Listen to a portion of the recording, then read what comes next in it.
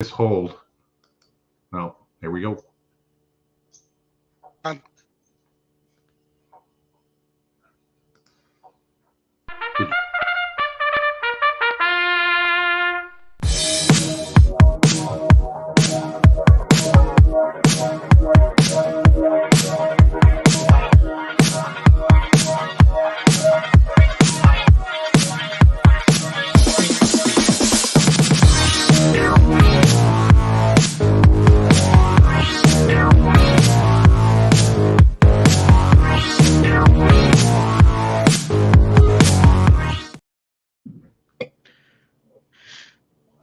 Welcome, gentlemen, to the stretch run, and ladies, thank you for tuning in. We should be live now on Twitter and YouTube, so thank you very much for all of you tuning in. Justin, Chris, how are you doing today? Doing well, Oldie. Doing well. Giddy up, Chuck. I'm well, brother. Oldie, it's good to see you, Chris. I would just say happy holidays to everybody. There is great... I guess we call this holiday racing, right, Oldie? I mean, there's amazing racing at Gulfstream in the championship meet and Fairgrounds today. So, yeah, it's there's not a lot of racing today, but it's high quality, I would say. Yeah, I mean, it had the 4 stakes races at the end of Laurel's card too, and you know, the number of stakes races today is probably equal to what a regular Saturday would be with everything running. Yeah, I don't disagree. There's some graded stakes at Gulfstream. I mean, I love this time of year because you get just great racing at Gulfstream Park. Turf course looks pretty good in my opinion. I would say it's the best it's looked probably that I've seen it in a very long time. So, yeah, it's Tony. Welcome. It's a big day, Scott. I agree at Fairgrounds. So it's going to be fun, Oldie. I'm looking forward to it. There's great football, great basketball coming. Like there's a lot going on over the next few days. There was some great soccer already today. Derek gave out a nice one that didn't cash until extra time. Oh, for soccer? Extra time goal. Huh? For soccer? Yeah. He does really well there. He's so good with soccer. I enjoy tailing his bets. Honestly, I can't remember the last time he lost a soccer bet that he's given out to us. Just a few days ago. Well, like I said, I couldn't remember, but they were tied. The game ended up a tie. But you won. No, we needed our team to score one more goal, and then we would have had. He usually picks a team to win, and then over a certain amount of goals. That's at least been the MO. So, will we have Gulfstream here in like 30 seconds, Oldie? Yeah. Big pace advantage on the 1, big GSR advantage on the 7. Here as I look up. I thought this sequence was interesting, to be honest with you all. Oldie, I talked about this. They're about to go, I know.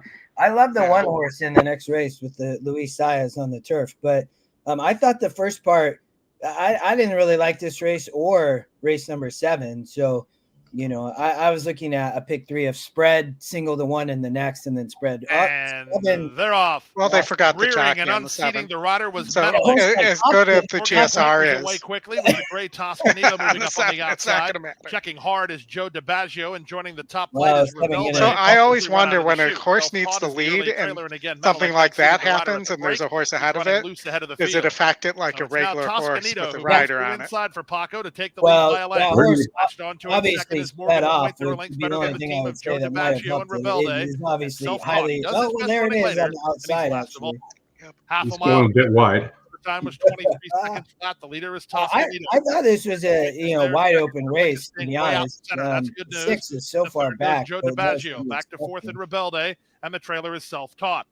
They have less than 3/8 of a mile to run, and Toscanito has the Gulfstream. point. Joe DiBaggio, right? From second. Is Now just Joe DiBaggio shown open racetrack by Edwin Gonzalez. He's gaining good ground. He's up into third now. So Gulfstream, the win percentage is hitting ahead of Self-Taught, who improved with right an now. inside lane. Rebelde's out in the center. Plenty of hopes here. They straighten for the drive. They went 45 and 4 for the opening half mile. Three in line off the corner from between Morgan Point. Outside Joe DiBaggio. Toscanito is next. Rebelde on the far outside with a 16th to go. Self-Taught. He's going to gain good ground. Here comes Self-Taught late. Self-Taught at Morgan Point. Morgan Point lugging in. Self-Taught front and center. Morgan Point was second. Rebelde ran third. Joe DiBaggio's fourth in 120. The 3 was top win percentage. By the way, at Fairgrounds, right before we went on the air, that 3 horse who was 3 to 5 won with perhaps the greatest bob you're going to see, because the 7 was slightly ahead and just mistimed the bob. All right, so let's go to. Hey, Ron, how you doing? Happy holidays to you and everyone else that have joined. Tony, Scott, Chuck, Wiz. Good to see you all. Do we want to talk pick 6, Gulfstream pick 6? Hey, Farley, how you doing? Farley? Yeah. I love it. Farley, good to see you, brother. I think you all should talk Gulfstream pick 6, because if I know the mandatory got taken down, but if I personally probably am not going to play it, but I do think it's still a very good sequence. I would single in the first race. It's still mandatory. It's still mandatory, and this also kicks off the Tropical pick 3. Yes, well, which I would play a little different than I played this ticket, but so for those of you wondering, and Farley can back me up, this is what I actually played and shared out to everybody. The 1, 2, 8, and 9. And let's go through these races. Yeah, and so I actually have A's and B's here for people as well. So that my A's here were the 8 and the 9. I know you like the 1 to possibly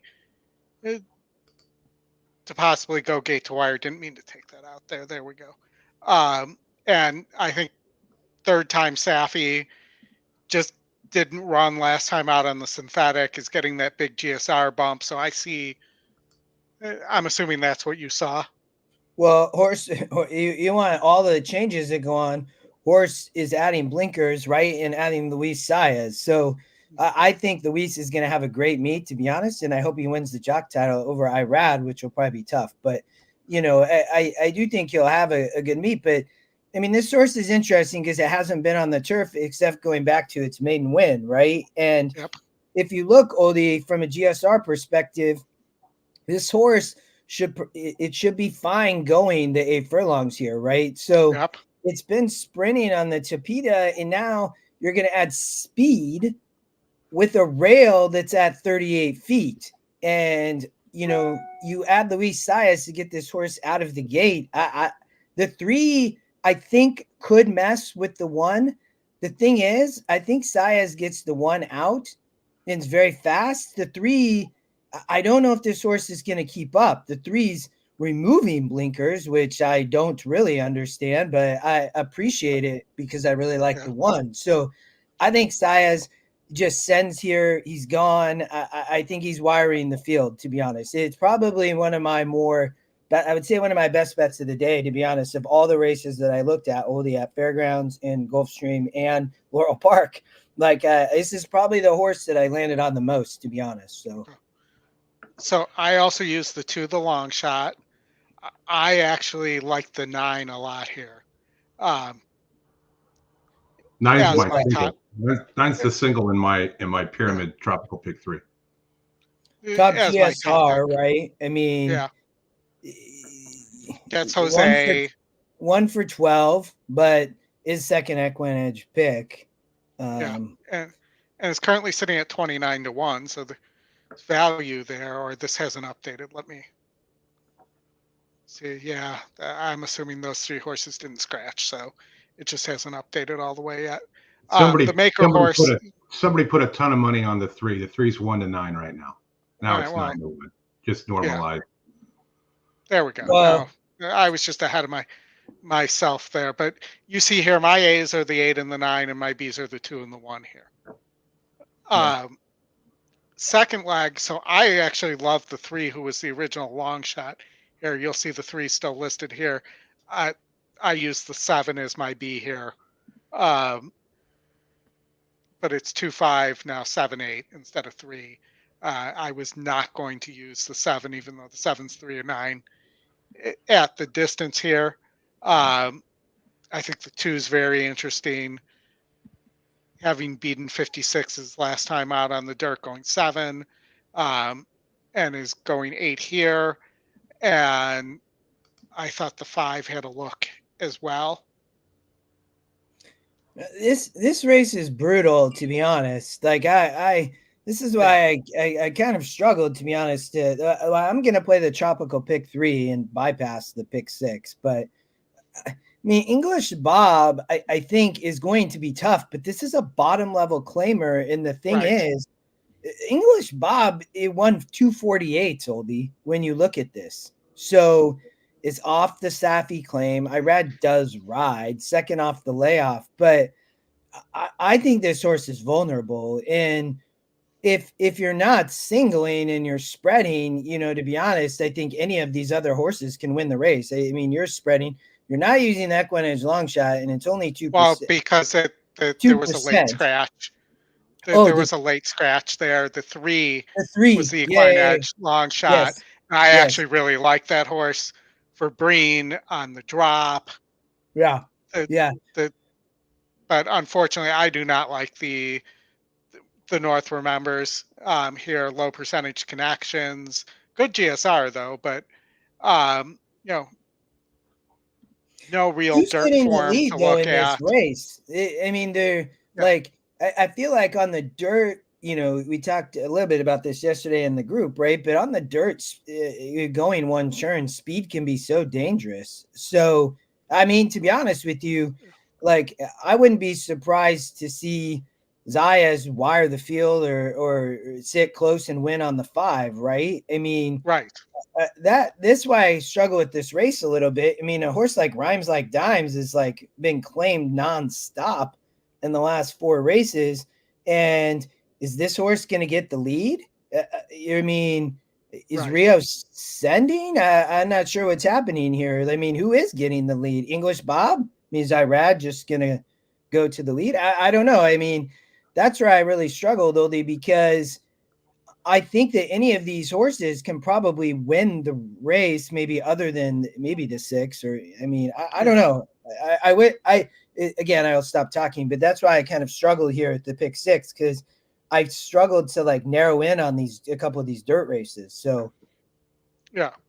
So, and then for me, so I know Scotty liked Cairo Consort. He sent me a ticket. I'll share in a minute for everybody. But I thought this was between the next 2 legs, this was the one to play against. Only 25%, really has been hanging. Been facing some, and hasn't been winning, and just hasn't been getting home, and is coming off the layoff, and is the classic type of horse that didn't get better coming off of the 2-year-old season to 3, and just is kind of to hung there. So I like the 9 a lot here. The Chad Brown, who recently has won a grade 3 at Aqueduct. The 8, the other Pletcher, I think is very interesting, potentially on the lead with Saez. And then the 7, just stretching out here. The GSR supports it. Paco's been riding very well. Paco's actually been riding better than Saez so far this meet. And then the 10 for Clement, who's going to be running late. And then the other Chad Brown, the 12. I love the 13 who scratched out as well, but unfortunately was an AE, and you get Jose here, huge GSR and a Kingman going a mile and a 16th here. So, for me, that's the way I spread it here, to play against Cairo Consort. And then I singled. Do you have a thought on this race then, since it's part of the all turf pick 3? Yeah, I mean, I'm definitely spreading here. Many of the horses, Oldy, you talked about. I don't know. I need to. I looked at this race quite a bit. I found myself landing on Cairo Consort a lot, to be honest. But I'm just not sure. I think the GSR is so good, Oldy, on the 1, right? And the horse has been facing tougher.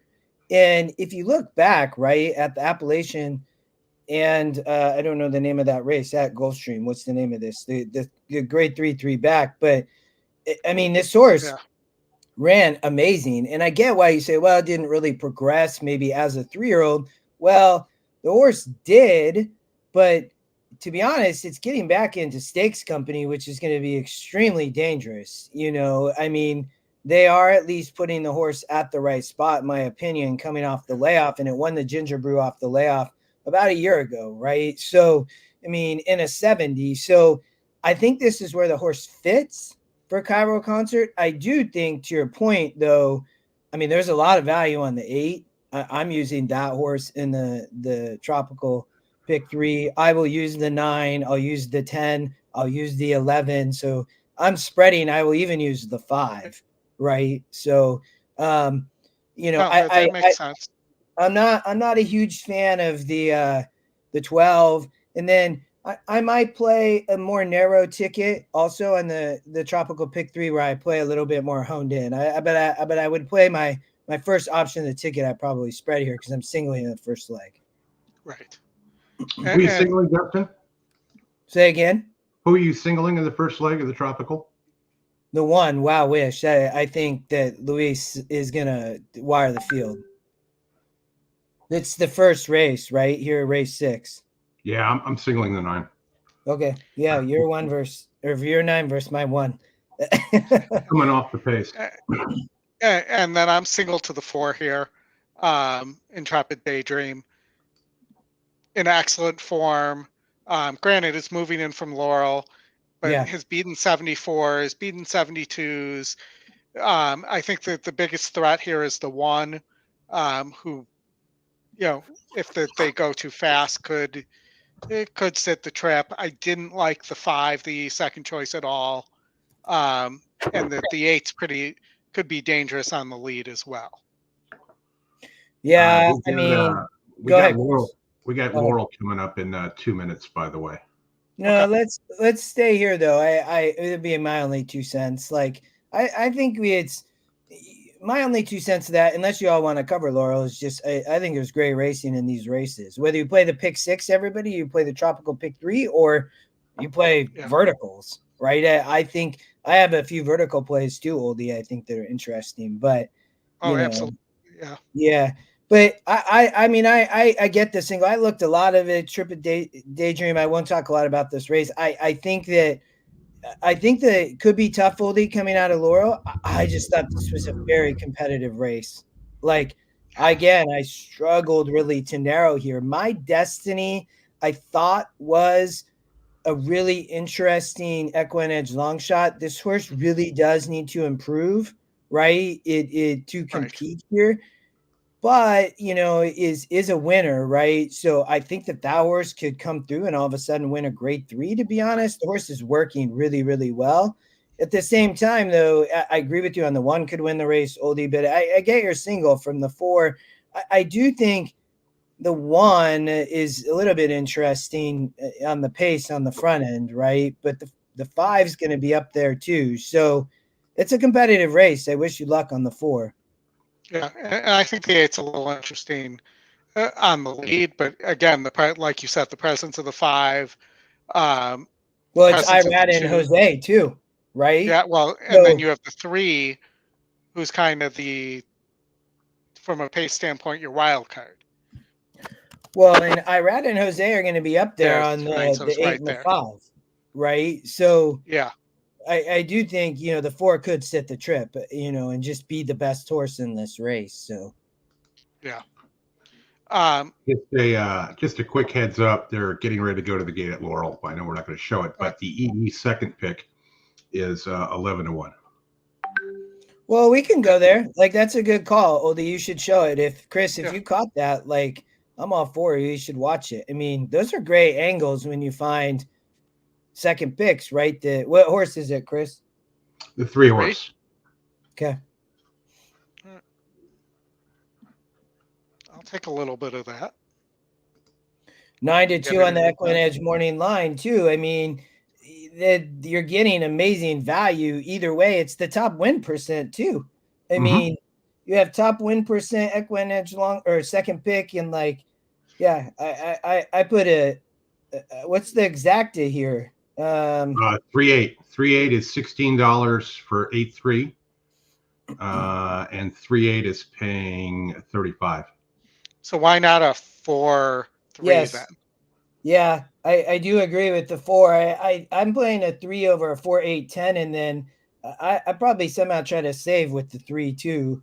I mean, it's probably I don't know. The 3 horse is going to be dangerous here. I could see the 10 or something running underneath it's a great race. The 8's going to just have to see how good this horse is. Sky Victory. I mean, one last out, but.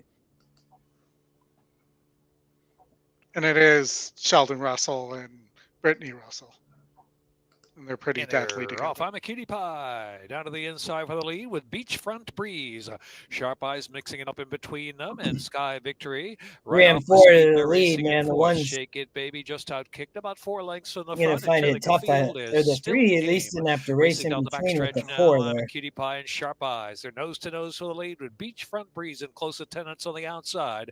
Shake It Baby's improved out of the inside. In the meantime, Sky Victory slips some 5.5 from the front. Come on, 3. Turn and still game on the inside of her. In fact, Sky Victory is the last. 3 furlongs left to go. Sharp Eyes and I'm a Cutie Pie. And Shake It Baby down to the inside. Go away, 1. Front Breeze out of the clear. I know that 1 is definitely game, man. 3 saw his horse 4 sitting the trip with the 7. Now. Still game and got to come on, 3. Sky Put Victory. the 1 away. Sky Victory not doing much.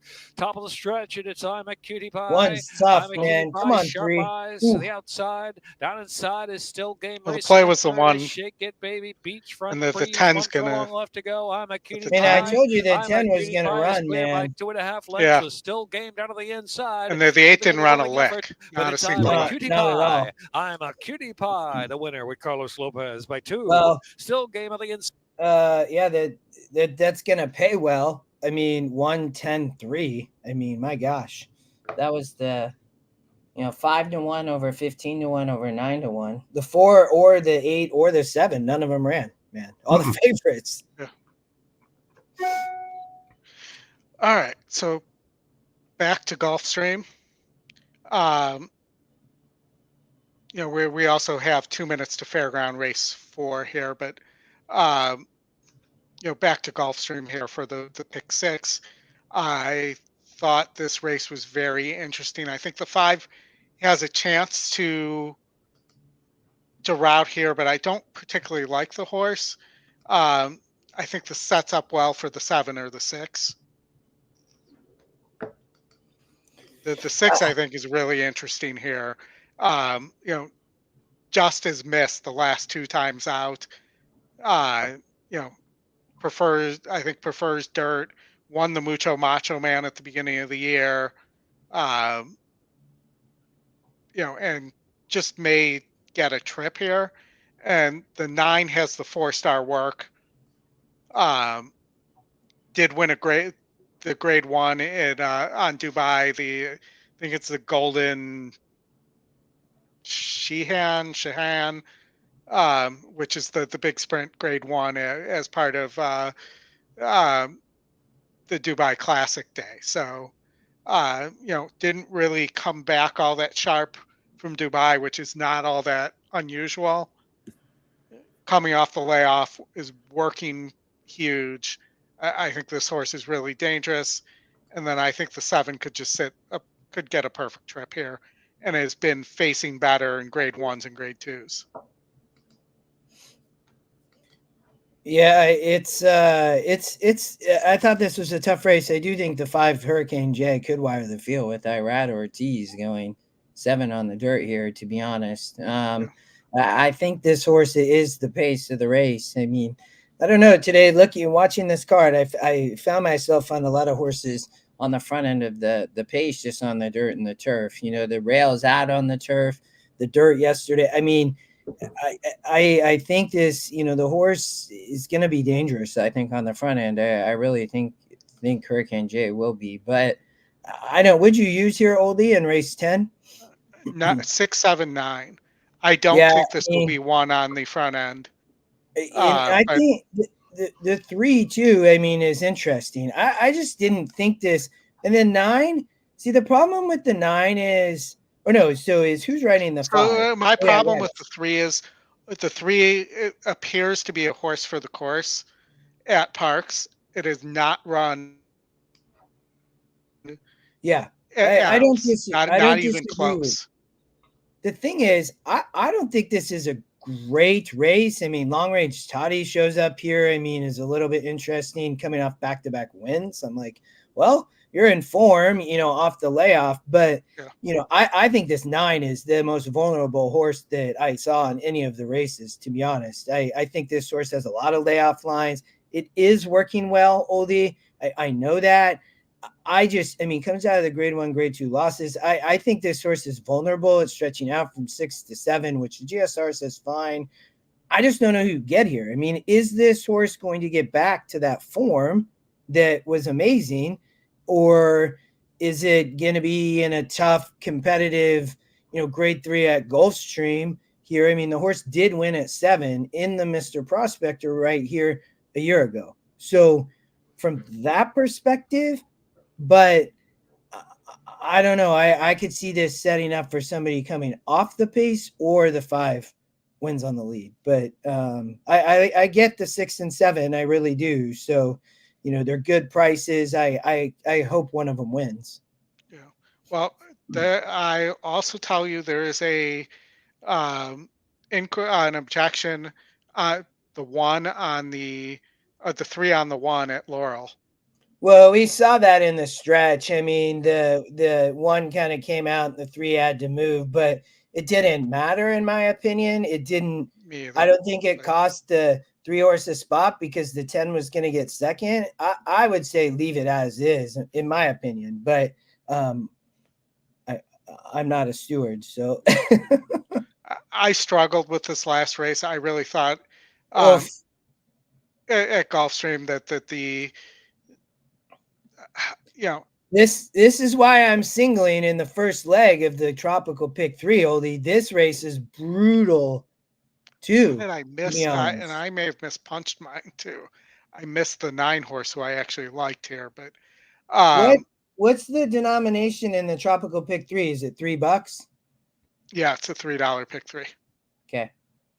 I may single the 9 here in the last because I left it off my my Pick 6 ticket. Yeah, that horse, I don't know what to do with. I didn't necessarily really like it, to be honest. Ohana Honor, I mean, 2%. The morning line, doesn't like this horse. But for Gaffleone rides from McGahee, it's getting just kind of overlooked. I mean, it ran in at 70 last out, and only a 5-horse field, but ran well there at Aqueduct. I mean, I think this horse can run, especially with Gaff. I mean, so it's that last race, though, was brutal, Oldie. I'm spreading there, too. So I probably will cut back a little bit, in leg 2, I guess, to be honest, because I'm spreading more here in this race. I thought it was tough. Yeah, no, for me, this was the most wide open race on the card. And of course, it's the last race. And they do that kind of stuff on purpose sometimes. Yeah. Too. And, there's a couple Cassie horses. There's no Chad Browns. It's just an interesting race. So, if you look here, the 7, for instance, has ran pretty well against 64s. This is a 66 going 8.5 instead of 8, but the GSR stays the same. People really like Bapio. Most, the SOR is a little overblown because of that Belmont Derby run, but is shortening up here and it's getting a big jump in GSR. I thought the 6 for Gargan and with Saez was really interesting. Yeah. Last out winner. I mean, this race is so tough, man. I mean, I could see there's a lot of angles, to be honest, from EquinEdge, and you're gonna if it's pointing to prices, in my opinion. And I agree, Doug. Go Dogs. Got beat Texas. But Oldy, very tough. They are headed out to the track, it looks like. So they're post dragging for pick 6, which doesn't surprise me. They probably want that pool to increase. The 8 big favorite now, Oldy, to kick it off, right? So I'm on the 1. 5-1 is taking money, which is fine. I'd like to see with Wow Wish. So yeah. Yeah, no, I hear you. So, all right, so we're going to Gulfstream here. Let me get over to the right. Here we can watch the rest of the post parade here. Chris, you're on the 9 here. So Chris is single to the 9, Aruba right there. Jose Ortiz rides, Chris. I mean, you're single to this horse. So you think this horse is coming off the pace to win? Yep. That's the only way it's going to win. Yeah, I love it. Yeah, Tony, Chris likes the 13 to AE in the last race, I think, you're talking the same horse, right, Chris? You in the 11th race, aren't you a fan of the 13 to AE? No. Are you sure? No, I like that horse. Oh, Oldy does. Yeah, that's what Tony's talking about. 5 and the 7 in the last race. Gotcha. 13's too far out.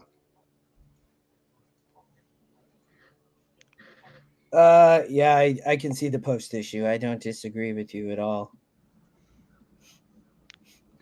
Too far out there. The rail's out.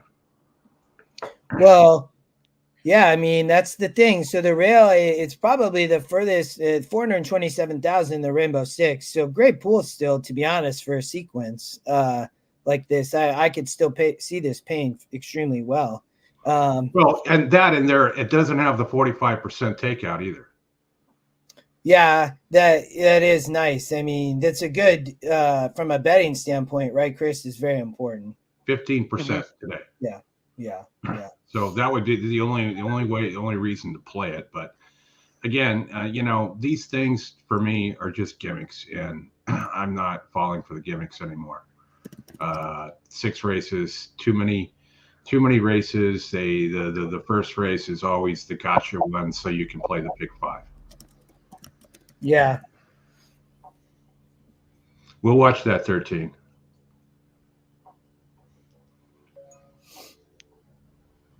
Yeah, it'll be interesting. It's the turf pick 3 is going to go over $100,000, which is nice. Yeah, I'm kicking it off. I'm singling the 1 here, man. You're singling the 9. So, well, I'm singling the 9 on 1 ticket. Now, granted, I'm playing multiple. I do this as a pyramid. So let me tell you what else I have here. Hold on. Let me go to the other screen. Where is it? There it is. So the A here was the 9, the B was the 2 and the 8, and the C is the 1 and the 5. So I have all those covered. But the 9 is the single. If the 9, if I end up with 9, 10, 12, 5, 9, those are the A's. So if the 9 wins, the 10, 12 wins, 5 and 9 wins, I'll hit that like, I don't know, 8 times. Yeah. I probably play the 1, 8, 9, 11 in the second leg of the tropical. So the 1 into the 1, 8, 9, 11 is how I'd play the first 2 legs, and then I'd spread in the last. And here, let me pull up Scotty's ticket real fast for everybody too. You said it's $3, Oldie? Yeah, it's a $3 base. What did I do with Scotty's ticket? There it is.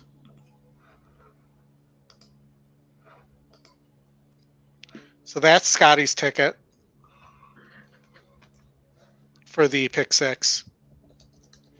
A little more economical than mine, 2 singles.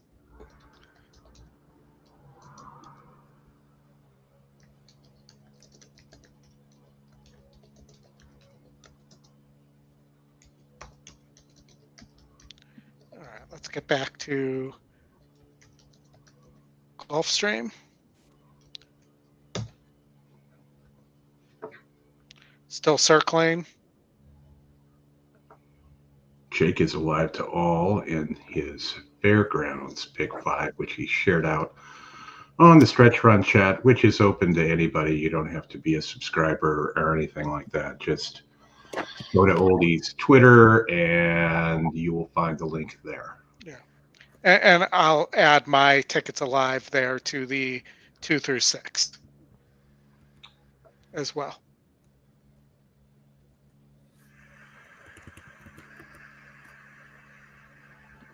And it ain't going to pay much. It's been chalky, to say the least. All right, I'm going to go on mute because the dogs are going to bark. All right, well, we're nearing 700,000 in the pool.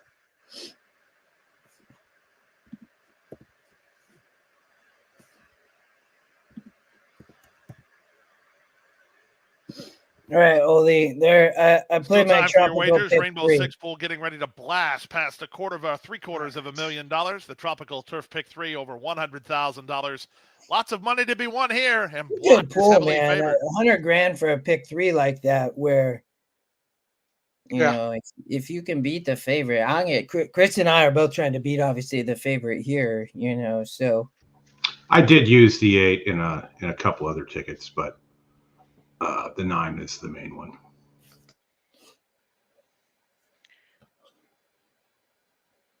It's a good race to kick off the Rainbow Pick 6. I thought, to be honest. I mean, if there's a lot of tickets that are probably going to single the 8. Sometimes people, right, don't like to single the first leg because they're like, oh my gosh, what happens then if I lose, right? But I don't know. I just try to go with my does it matter if you lose in the third leg or the first leg? You know, you might as well find your opinion, right? Whether it's the first, the last. The horses approaching the starting gate. Middle. It's post time. Traveler, happy holidays. Everybody, like the horses are at thanks the gate. For being here and spending. Outpost time. A lot of people are probably shopping. They're moving in for race number 6, where the Rainbow 6 will get over 700. At least they loaded up the front part of the card with the synthetic, and there's less that in the a lot of money residing in the hopes of number 8 and Block. You've really become the synthetic and jockey Irad Ortiz Jr. They're the I love Wow Wish the Peter races, man. Yeah. The horse under 10 to 1 is the 2. That's opposites attract. I just love turf racing, to be honest. Moving in on the turf. But yeah, of course. But turf, yes. Synthetic, no. In the center. We're going to get more of that when Belmont comes back. Truth and honesty. Whatever, 5 or 6 years or whatever it is. Chacarero. The thing is, Tony, I'm with you. I'm singling the 1, Tony, from a Ruba to the outside game, but all the way down to 4 to 1 with the rail out. I thought he's going to send here and try to go Rainbow get the wire, but Iraq could be the difference. And they're off. The favorite in Blot was away quickly and will be one of the first to go to the first turn. At the rail, Wow Wish has speed. Lining up between is both Opposites Attract and Truth and Honesty. Racket's not far away. He's in a bit tight. Aruba is next with Christensen and Chacherero, and the one lagging behind early. The it's going to get caught wide. Run around the first turn. Pretty lively early tempo. Wow Wish at the rail, up on the outside, and moving to take over Truth and Honesty. And Blot is now third. Very close. Opposite Attract is fifth toward the rail. Then it's Aruba and Chacherero. Christensen second last. And Jebby is last of all. He's about 8 lengths off the speed as they turn down the backstretch. The quarter time was a quick and contested. With these middle moves, it's looking like a turfway race right now. Wow Wish. The 8 wants to lead bad. Gets off the inside. Aruba's it's about all that you could. Now that he's going to have to try to sit back. He looks for racing room for Gonzalez ahead of Chacherero. Then it's back to Christensen, and Jebby's a bit closer at the back. They've gone quick. They went 47 seconds for a half-mile speed. Around the far turn at the 3 furlong point, and Blot has moved to take the lead. Moving to him and out wide is Racket. Toward the inside, it's Truth and Honesty. Aruba now given the green light to make some ground. Trying to close ground with traffic issues. His Opposites Attract, and they're at the top of the stretch. 3 quarters, 1:10 and 2 off the turn, and Blot has the lead. Gonzalez looks to the clear with Opposites Attract, and he has a shot at him. Let's kill some tickets. Has the lead. Let's kill some tickets. Runs at him on the outside. Final 16th of a mile. Opposites Attract getting up. Opposites Attract is in front. And Blot is second. Aruba ran third, and Jebby's between. He's up fourth in 1:33 and 3. Good one. You know, it's as Paul Abdul would say, you take 2 steps forward, you take 2 steps back. Yeah, easy long shot, man. I mean, right? That's it, gets up. It's that horse had not won in a long time, but got the drop and just a great kind of pace setup. To be honest, there was a lot going on there, right? But I didn't see the 7 showing that much speed. That was disappointing, but came off like the Tapeta races there, and I mean, showed speed way back in the year. So that killed my chances. And Chris, 9, obviously ran a great race, but good call, Oldie. Well, if you want to pivot to Tampa real quick, the 4, the EE long shot, which is top win percentage and top pace, is going to go off at 7-1. All right. I like it. Top win percentage, second best GSR. The Tropical Turf pick 3 ended up having 125,000 in it, man. I mean, that's incredible. All right, so we want the 4 at 7-1. I ended up playing, by the way, I didn't get a chance to give it out, but for my Tropical Turf pick 3, I played 1, 2, 8, 9. I singled the 9 in the second leg, I mean. And then I played 3, 5, 9, 13 in the final. $48. So I'm alive too, just 3 tickets now. My pressed one died, but I did have the 2 and the 8 there is the bees. Well, the good news is we don't have Chris in there with his press ticket killing our payouts then. Yeah, it ain't going to kill your payouts, but I'm just teasing you. Pretty good pool at Tampa. About 70,000 right now in the pick 5. They're still circling around. I would say there's probably 2 or 3 minutes left here before they go to the gate. So, Oli, let me know where your video is at. Let me know when they start loading, because I think I can do the audio for this one. I'm always watching races from the future, so they're just like circling behind the gate. Pick 5 about to kick off. 70,000 in the pool. If only I could bet races from the future, that would be even better. After I get to watch them, you would have to be Biff to be able to do that. Yes, I do agree with Biff though that was a great strategy. Yeah, Biff's a pretty good capper. Who do we like in football games tonight? Oh, I got to tell you. So I went to go get my daughter. She was at a friend's house last night, and to pick her up this morning. And there was a 5-minute commercial for a sports tout, repeating over and over again about how he had the inside information on the Cincinnati-Pittsburgh game. Yeah. And 5 minutes just repeating, call the toll-free message line. I have the inside information. I don't know what it is. I obviously didn't call, but if that line's close, I would bang Cincinnati because Pittsburgh is running a third-string quarterback out there. They can't score any points. And Jake Browning, Huskies playing. I mean, what other can you ask for? And he's been playing pretty well. Do you guys have him in the gate at Tampa? Yeah, I'm playing a double, the 4 to the 8. All right, Tampa. I am. 9's about to load. You playing the sound or what's the plan? Yeah, I got the He's sound gonna on play right the now. sound. All right. Fairgrounds race 5 in 11 minutes. Maybe we go to you want to hit Laurel or are we going to Fairgrounds? Well, let's look at both races. Can you hear it? No. I cannot. No. It was working before. Want me to do it? Go ahead. 4 did not get the lead, broke slow. Take over by the wire in front. Simple core 3/4 length back. Yeah, he's like same mid-pack. Favorite came away good spot 4th, 3 off the top. Length and a half more back to good, better, best. Then a space of 3.5 or 4. Back to Profit Hunter and Bill Dreams. Rebel Consort with 1 beat early on, and that's Harmonia. Pretty quick, like 23-1. Up front through an open quarter, 23-1. Under a good hold is Symbol Quarter. Moves up a little bit closer now from second. Draws to within a half length. Another length and a half. Back to Saratoga Gaze. The favorite well spotted. Third, just 2.5 off the top. Then comes She's a Joy. Good, better, best is 5th. The 4 is running nicely, though. For that, back to Bill Dreams, the pink colors, who's racing. I mean, the jockey really hasn't asked, it looks like. Then comes Rebel Consort and still Harmonia trails. 47-4 for the opening half-mile time. It's been all Cloudy Bay. He's going to go now. Well, now's the time to go. I mean, you got to, like, clear these. Like, don't go, like, 7 wide. About 4 off the top as Cloudy Bay tries to sneak away here.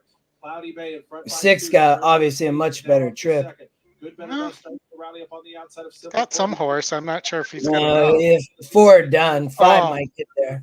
You see, that wide. They're on the outside, and here's Saratoga Gaze to go to the front. Cloudy Bay back to second. Mill Dream. It didn't matter. 6 much the best.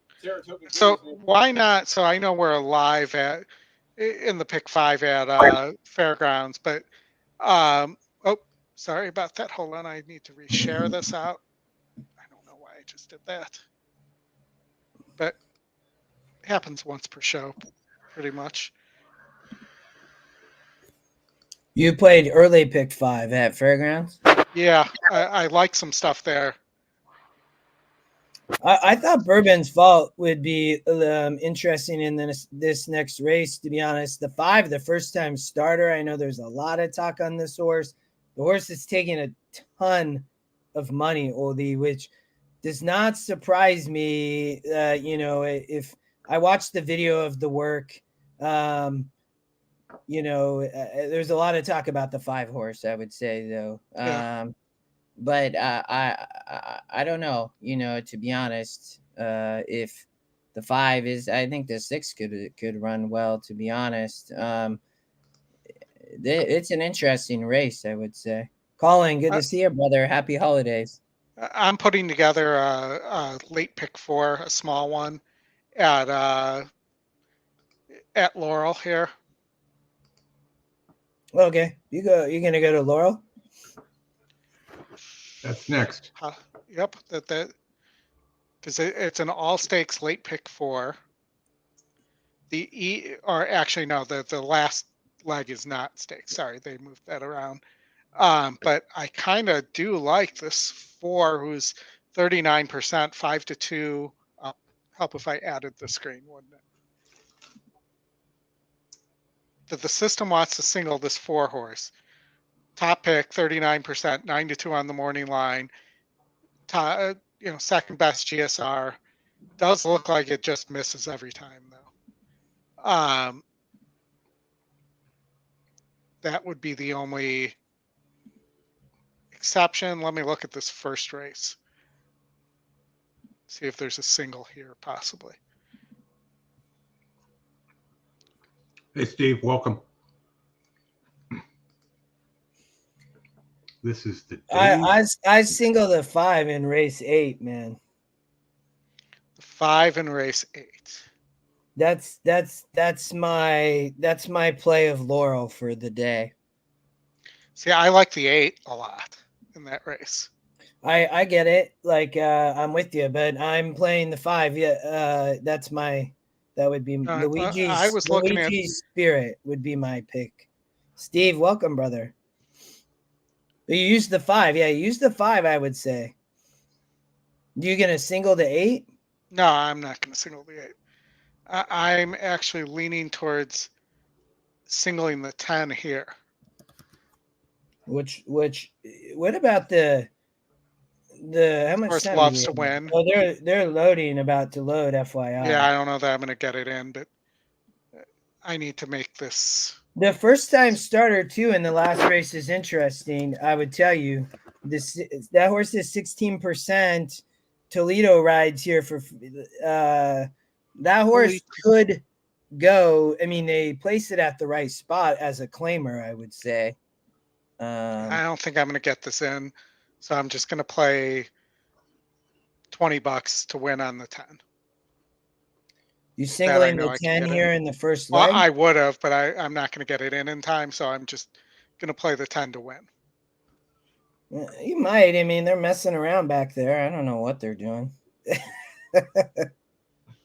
Well, let's see if I get it in time and have time to.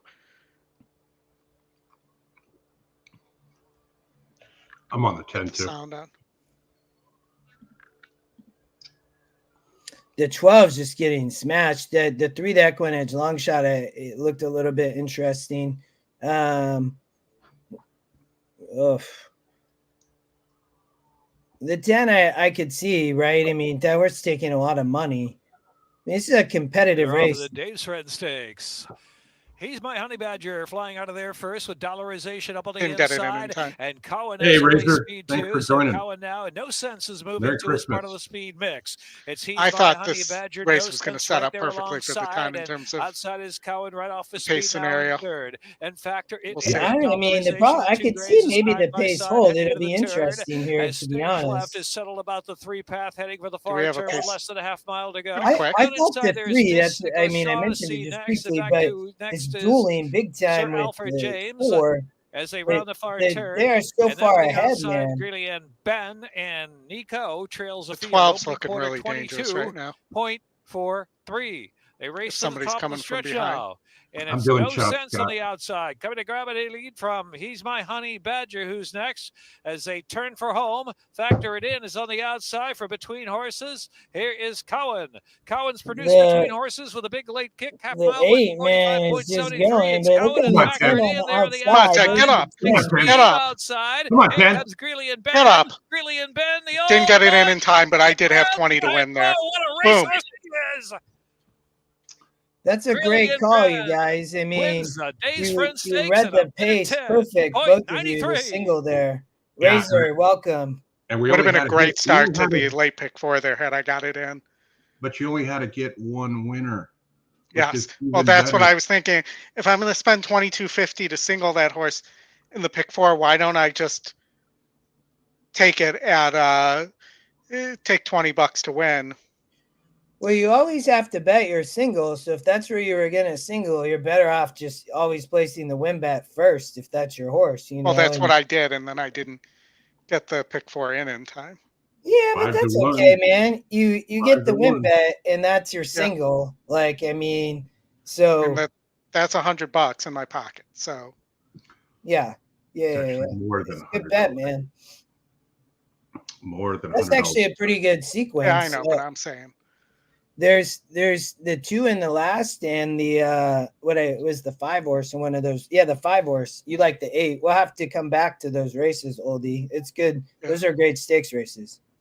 Yeah, no, and like I said, that because there's like 8 stakes races at Fairgrounds, there's 4 at Gulfstream, and there's 4 at Laurel. I mean, there's like a good like Saturday during the summer amount of stakes races today.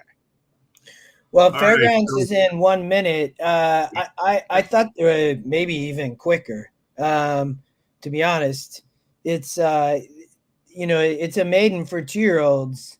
Coming up at the moment here, they are number 10. I don't know if you had the 5 horse take a lot of money, and this horse.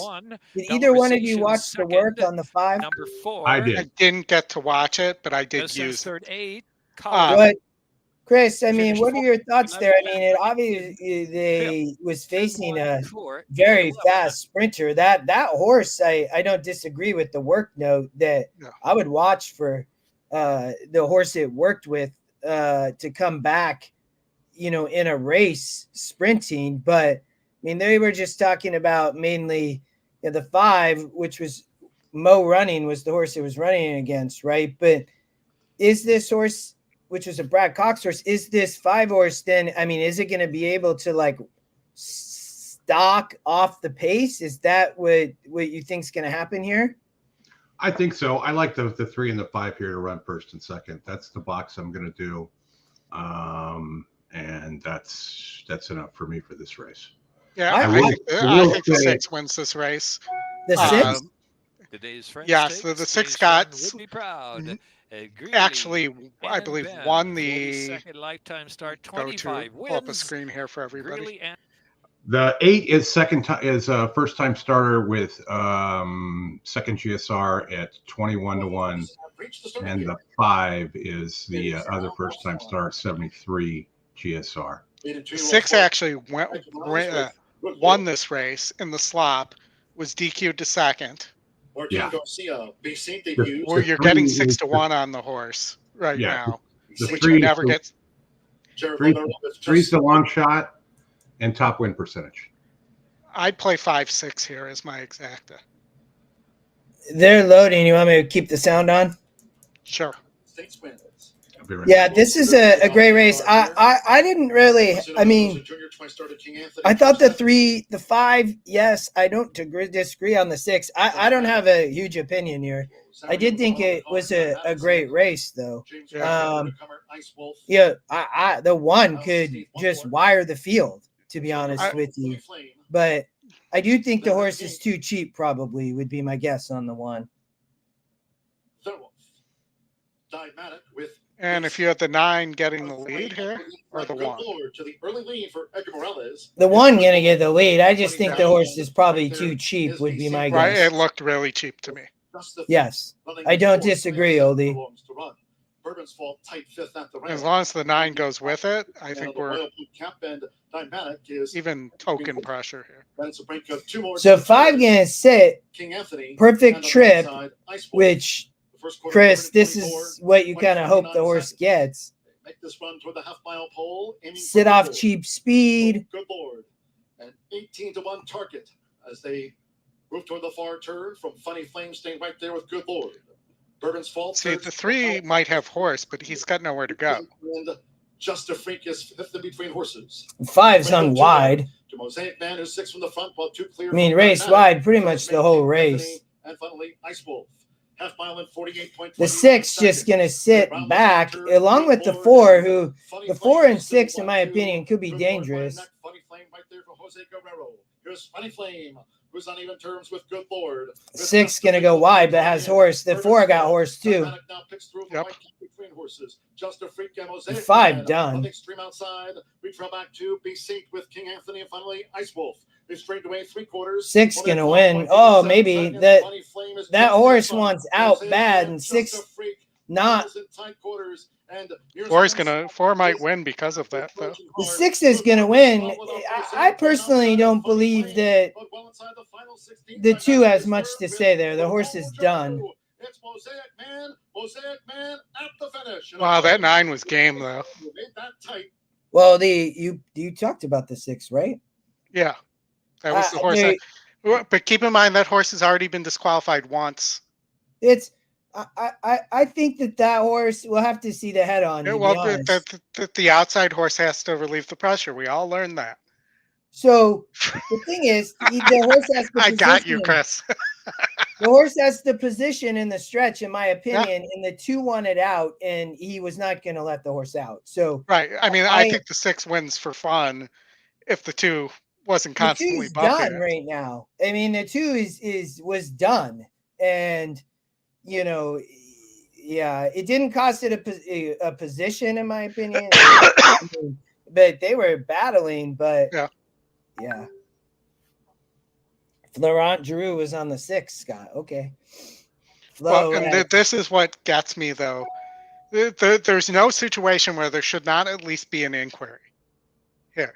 Well, you don't know if they're looking at it. Sometimes they look at it and determine whether they're going to. They should post the inquiry sign and have something official on there anyways. 6 was really all over the place late, though, too, as we're watching the heads up.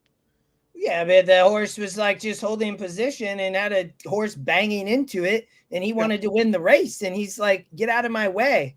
Right? I mean, he needed to get over and show himself to the 9 or her. Sorry, I don't.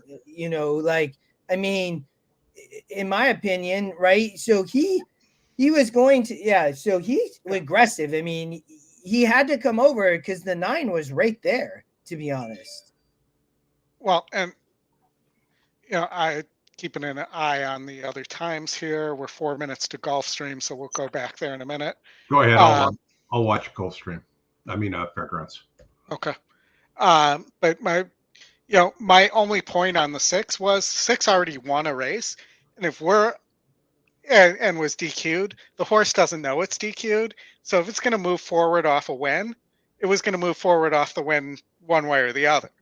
And that's why I love when you get these opportunities to get horses that have been DQ'd in maiden races and they go off at 6-1. Yeah, no, it's official, man. No objection, no inquiry. Like, I mean, that's good from the other jock. I mean, I don't know, in my opinion. The horse absolutely knows it was justified. It was DQ'd. Yeah. They know. The horse knows it was DQ'd. They 100% know it. 1580 winner, man. Good call. 6-1. All right, so we're 2, 5, 7, 8 here. I mean, you could, if you wanted to play a pick 5 here and tag along, or use somebody else's thoughts here on a single. The 360 is probably a little much here, so you'd have to narrow down. But that's even though we're playing a pick 6, that's the advantage of the 20-cent base is being able to add a shit ton of horses. Yeah, is being able to spread more. But you could single the 8 here and feel good about it. Now, I mean, it's only 3 for 8, but this horse really is going to have to improve, Oldy. I mean, right? Yeah, I mean, look at the improvement may come from being with Safi and then D'Angelo. It was with Pitta for a long time, but you look here, Safi claimed it for 25,000. And then sat it on the bench and put it back in for 62.5. Yeah, well, which I'm like, well, okay. I mean, but that doesn't make me love the horse, right? I guess, to be honest. I mean, went on a layoff and, which is great, but then you don't come back with any confidence. So isn't D'Angelo the guy that broke down 4 horses, including that one in New York? I don't know. Yeah, New York Traffic, I think it was. That was the one we were on the air. Yeah, that was rough. For sure. All right, so now we got... They're approaching the gate, man. I mean, good luck.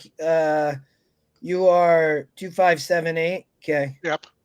I'm betting the 2. I didn't. I'm in a flat. Oh, I missed it. There was just a marriage proposal up on the screen at Laurel. I love it. I didn't quite get over to the screen in time to put that up, just in case the person they were trying to ask to marry them was watching the show. All right, so we're nearing the gate here. You got about you're probably going to end up with about $500,000 in the pick 5 pool. Yeah, it's at 360. Yep. Where'd it go? Well, I know a lot of people like this A horse, so I'm not surprised to see, it's even money, 45%, lightly raced, but yeah, I don't know. My opinion could be vulnerable, so I didn't really have Chris. You're on the 2. The deuce. I mean, the Ocho. I'm on the Ocho. My hardest part, we talked about this. So who's getting the lead and what's happening? I mean, that's my opinion. Zayas is on the 5, so last out he went to the lead, and that was a 56. And Oldy, did you have a winner there in Fairgrounds, the early? Yes. It did not. It was chalky, so let's not advertise that. But it was a profit. What was your ticket cost? The typical 120. All right, yeah, I paid 140, 120. Yeah, I know.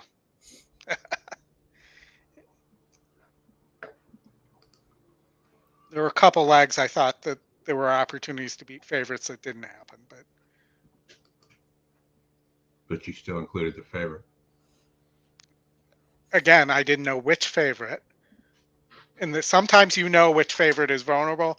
Sometimes you think there's a chance to beat one of these 3 and you beat 0 of them. But I knew that last race, I really liked that 6 horse. I probably should have singled it. It would have cheapened the ticket. I listened to Laramie's podcast this week. I don't remember the guy he had on, but the dude is a pretty substantial bettor. And his strategy on pick 5s is that if he can't toss 4 favorites, doesn't play the sequence. Okay. Well, there have been a lot of Gulfstream sequences since the championship meet started that would, with obvious bad favorites. And I went over this on my show, on my class, actually, going through Thursday's early section of the Gulfstream ticket, or not ticket, but sequence, where all 5 favorites lost. Mm-hmm. And there were 3 really bad favorites in that sequence.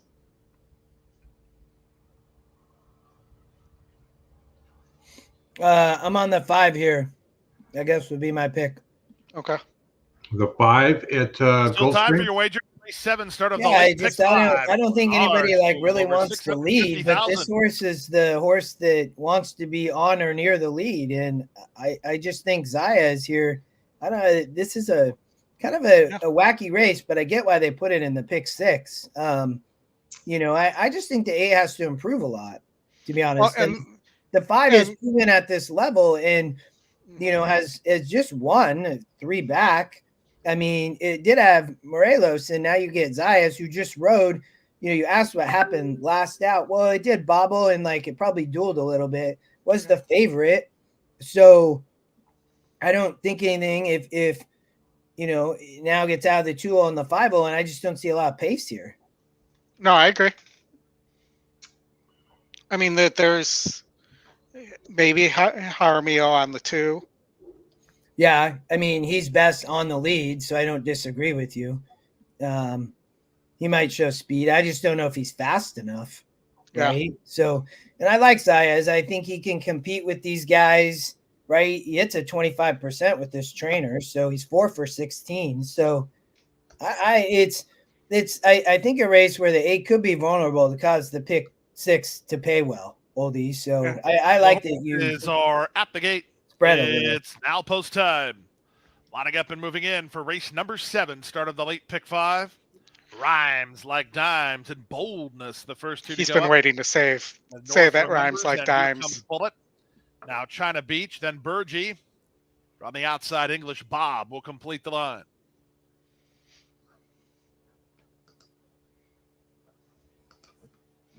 English Bob. Would English Bob be Spanish Roberto then?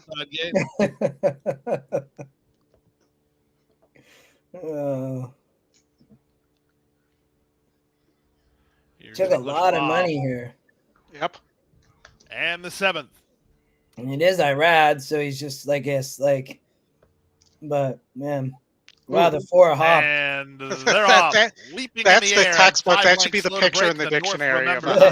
Right? In the center, here comes Bullet is now looking for the early advantage with English Bob not far away. The gray I mean, it makes sense. Irad going to send. Then back from the inside, Rhymes like might be able to get together with China Beach.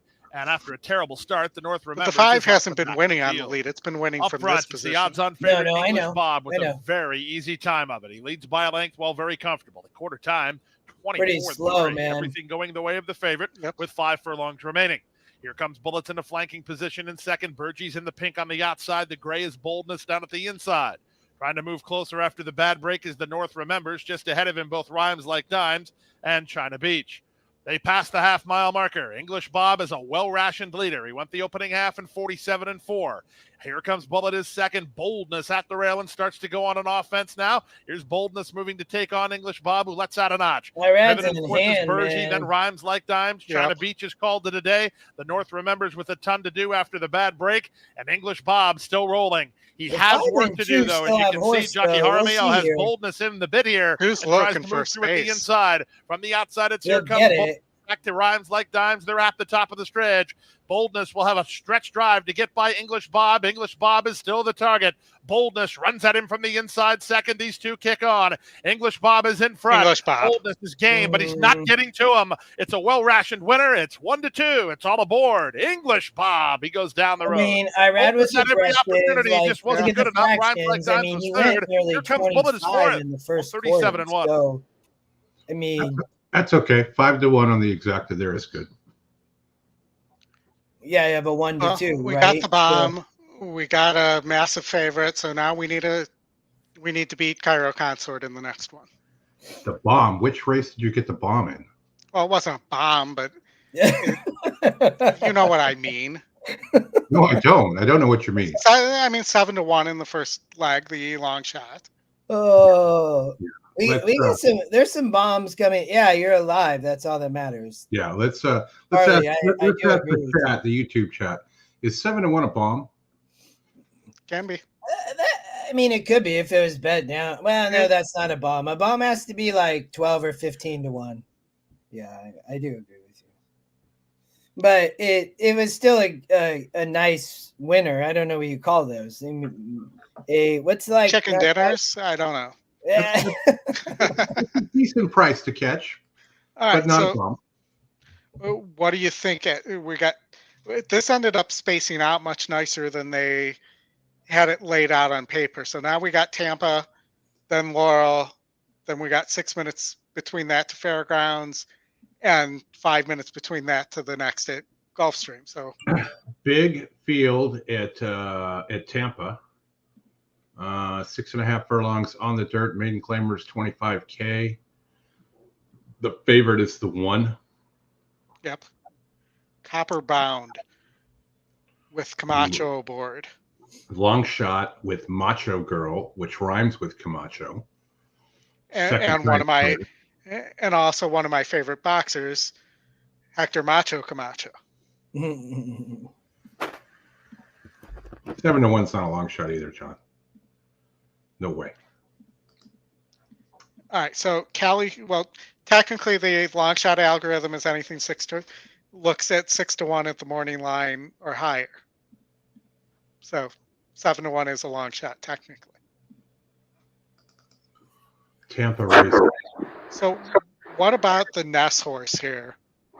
Yeah, that's the only horse I really thought had a shot, Oldie, to be honest. I didn't really look at that race though. I moved on to Laurel, but I do think that the 8-horse Cali Cruiser, right? That horse is, as a first time starter, has a shot in the race like this. I mean, I think they place it at, they're placing it in this, maiden claim 25, right? I mean, it does. I think this is a nice maiden race too, but I thought it's probably placed at the right spot. I'm going with the 9. The 9. 9 ball. Yeah, it's a bomb. Daniel did almost win last time out at this level. Yeah, I think that makes sense. Over 10-1, a bomb. It's 7-1. It's a bomb. No, not 7. It's got to be double digits, I think, is what we're all agreeing on. All right. So what about Hector? What about the Macho Man or girl, I should say? Yeah. Trainer is 1 for 1. EquinEdge long shot. Trainer is 1 for 1 with second time starters. EquinEdge long shot been on fire too, man. I don't know. I think you got to look at the Gerald Bennett horse as well. Yeah. It's a poorly bred bolt horse. You don't see them with that low of GSR very often. And Gerald likes to win races there. He does. Let's see. So are we heading to the gate here? No, we're hitting the Tampa, not the Golden Gate. Yeah, that's what I mean, the gate. Did we ever determine what light Tampa would have if they had a light? I guess green. It's either that or a black light, because their colors green, black, and white. So you choose one of those. I've been spending quite a bit of time down there, but just in the evening. By the way, while we have a minute, I've downloaded all my numbers from last year or this past year. Yeah. And I've been able to determine what days and what time frames have been my most profitable. Yeah, that's a smart thing to do. That's well done. Any guesses? I'm guessing at night, and I'm guessing Friday, Saturday, and Sunday. Friday, Saturday, Sunday. You're pretty good. Friday nights and Saturday nights between 8 p.m. and 11 p.m. Well, so where you're playing Remington Park and Lone Star? What's the deal? No Lone Star, just Remington or what? Remington, Lone Star, not very much LoSal. I know you don't play much anymore. But you had that one huge bomb, didn't you, last year at LoSal within the last 365 days? Yes. And then of course Justin and I had the long shot that they made an all race because Gary Clinton put the gate in the last in the wrong place, and I don't know what did I have bet on that the other one. It was like I don't know some $3,000 bet that. You singled, so you singled the horse, and I had singled earlier in the sequence, which was a great price. And I remember, so I was sitting at Scotty's in Fort Lauderdale, like in his living room, and we were watching this, and they put that gate at the wrong distance, brother. Like, how does that even happen? Yeah, you know why it's a piss off? Because on the rail, the effing rail. They have it like written down where to put the gate for the distances. Now, I'm not saying that people might have been intoxicated, but it would have been the first time that's happened, or the 12th. All right, so Tampa is off. What the hell's going on? Well, the 6 turned for home on the lead. The 8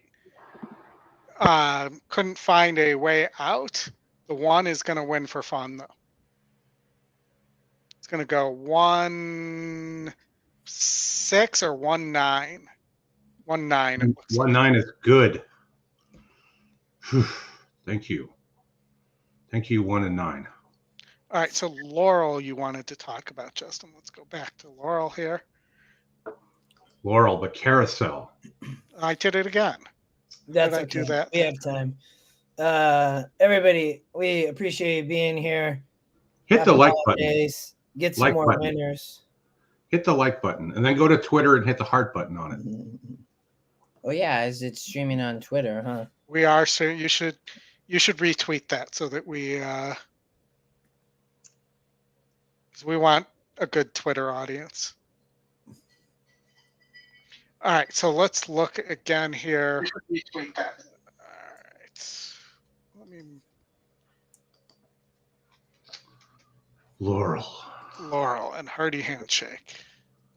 Race 7. Race 7. Warriors Ransom might be tough here. The 3. System also likes the 2. And I like the E long shot a little bit here too. Toss the 10 for a long grade 3 there. I like the 5. This first race, I have absolutely no idea. I would tell all of you. I think the 2 can be beat. I would say I do. I'm using them all here, Oldie. I'm still singling the 5 in the next race, and I think the 2 in the last race is interesting. So I played a pick 3 of all to the 5 to the 2 in a pick 3. It's very cheap, and then I still am gonna single the 5. I think in the second race. I think the 2, the first time starter in the last race, is interesting as well. You like Luigi's Spirit in the 8? Yes, I'm singling that horse. Okay. It's the perfect horse to single in that race, in my opinion. And you're going all here. Yes, and then I think the 2, the first time starter, is interesting in the last. I think you could add a few horses in the last, like the 4. Who else in the race number 9? So the 2, I think the 1, the 3, and the 4 also, like, you could spread a little bit there. Off of the Carousel Stakes. So I ended up just playing a win bet on the 4. Moving up on the outside with pace and saddle up Jesse. Well, that exactly in third Tampa position. Warriors Ransom is next, and 76. Hybrid Eclipse only 4 from the front. Trailing the field is Circle Home, who's been taken over to the rail as they round that first turn, only 5.5 lengths from first to last. Slow pace out there. Peyton I like the last 2 races here, though, at Laurel. I Jesse think by a length and a half. And Lady Brew on the outside there. Third. This was a tough one. I didn't think that the one obviously. They don't look like they're going 26. And Warriors I mean, it doesn't, but as they move down the back. In the one, I'm questioning the timing is what I'm. No, I'm with you. And the one, I mean, Caramano's in control of the pace. You have to hold the horse, so it'll be interesting here what happens. A length and a half more, and the outside is Lady Brew and Hybrid Eclipse down inside there, still up close, and Warriors Ransom in between horses, and last is Circle Home, still not much change with Peyton Elizabeth in charge. They're a half mile in the slow 50.98, heading into the that is turn, like less than crawling if it's real, man. Peyton Elizabeth a half in front from Saddle Up Jesse, as Hybrid Eclipse has asked for a little more run from third. Lady Brew 3 wide round that turn. Warriors Ransom in between horses in that second flight. Come on, now Lady Brew. 2.5 furlongs left to go. Circle Home has to pick it up.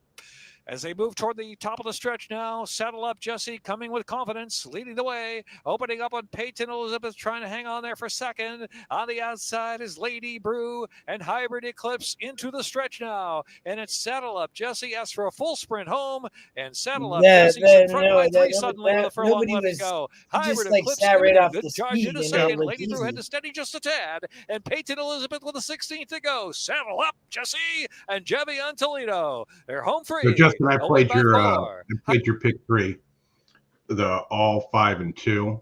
Yeah, it was like, is it $3? I think. Yeah, and then I also played the 1, 2 to the 5 and 2 a few more times, just in case one of the 2 favorites wins.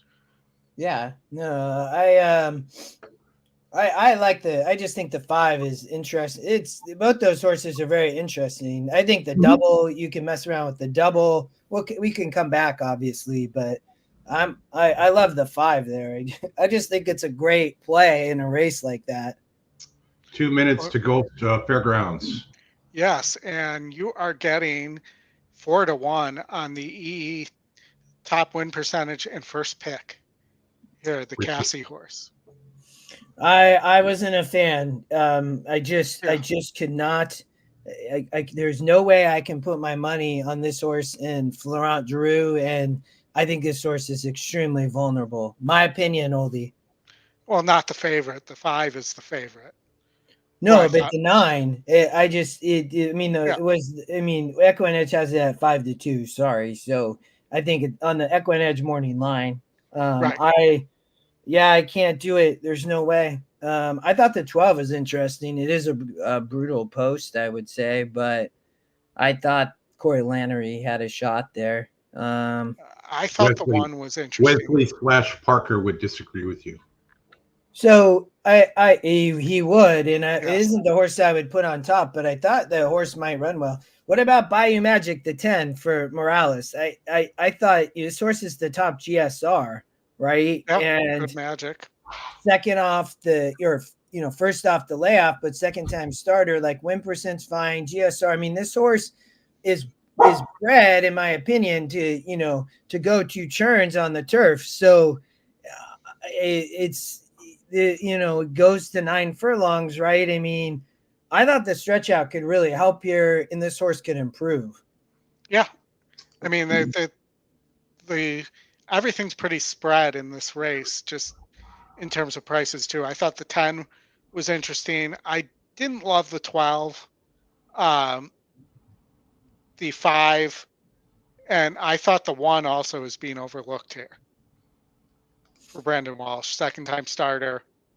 Yeah, I could see it. I mean, what about? I mean, if you want like a bomb, I mean, you have Raylu Gutierrez is riding the 2 as well, I would say. I mean, this horse should improve with the additional distance, like wants the turf. I mean, I don't know. That was a horse I thought was a little interesting. It's taking no money. It's a great turf race. I mean, this really is. I'm rolling with the 1. Double neat. Mm-hmm. Rolling with the homies. We didn't talk too much about the 5, right? But that horse, I mean, didn't break well at all. Yeah. I mean, and still ran well in a 14-horse field and ran 3rd, right? And the win percent only goes up a little bit, which that was the part I thought was a little bit interesting. So who's the bomb who's going to finish up the trifecta or exacta here? I mean, I do think the 2 could hold on, to be honest, but it could stop. So I think it's a little bit risky. But, I mean, why is James Graham riding the 4 horse? The 10. The 10 is the 1.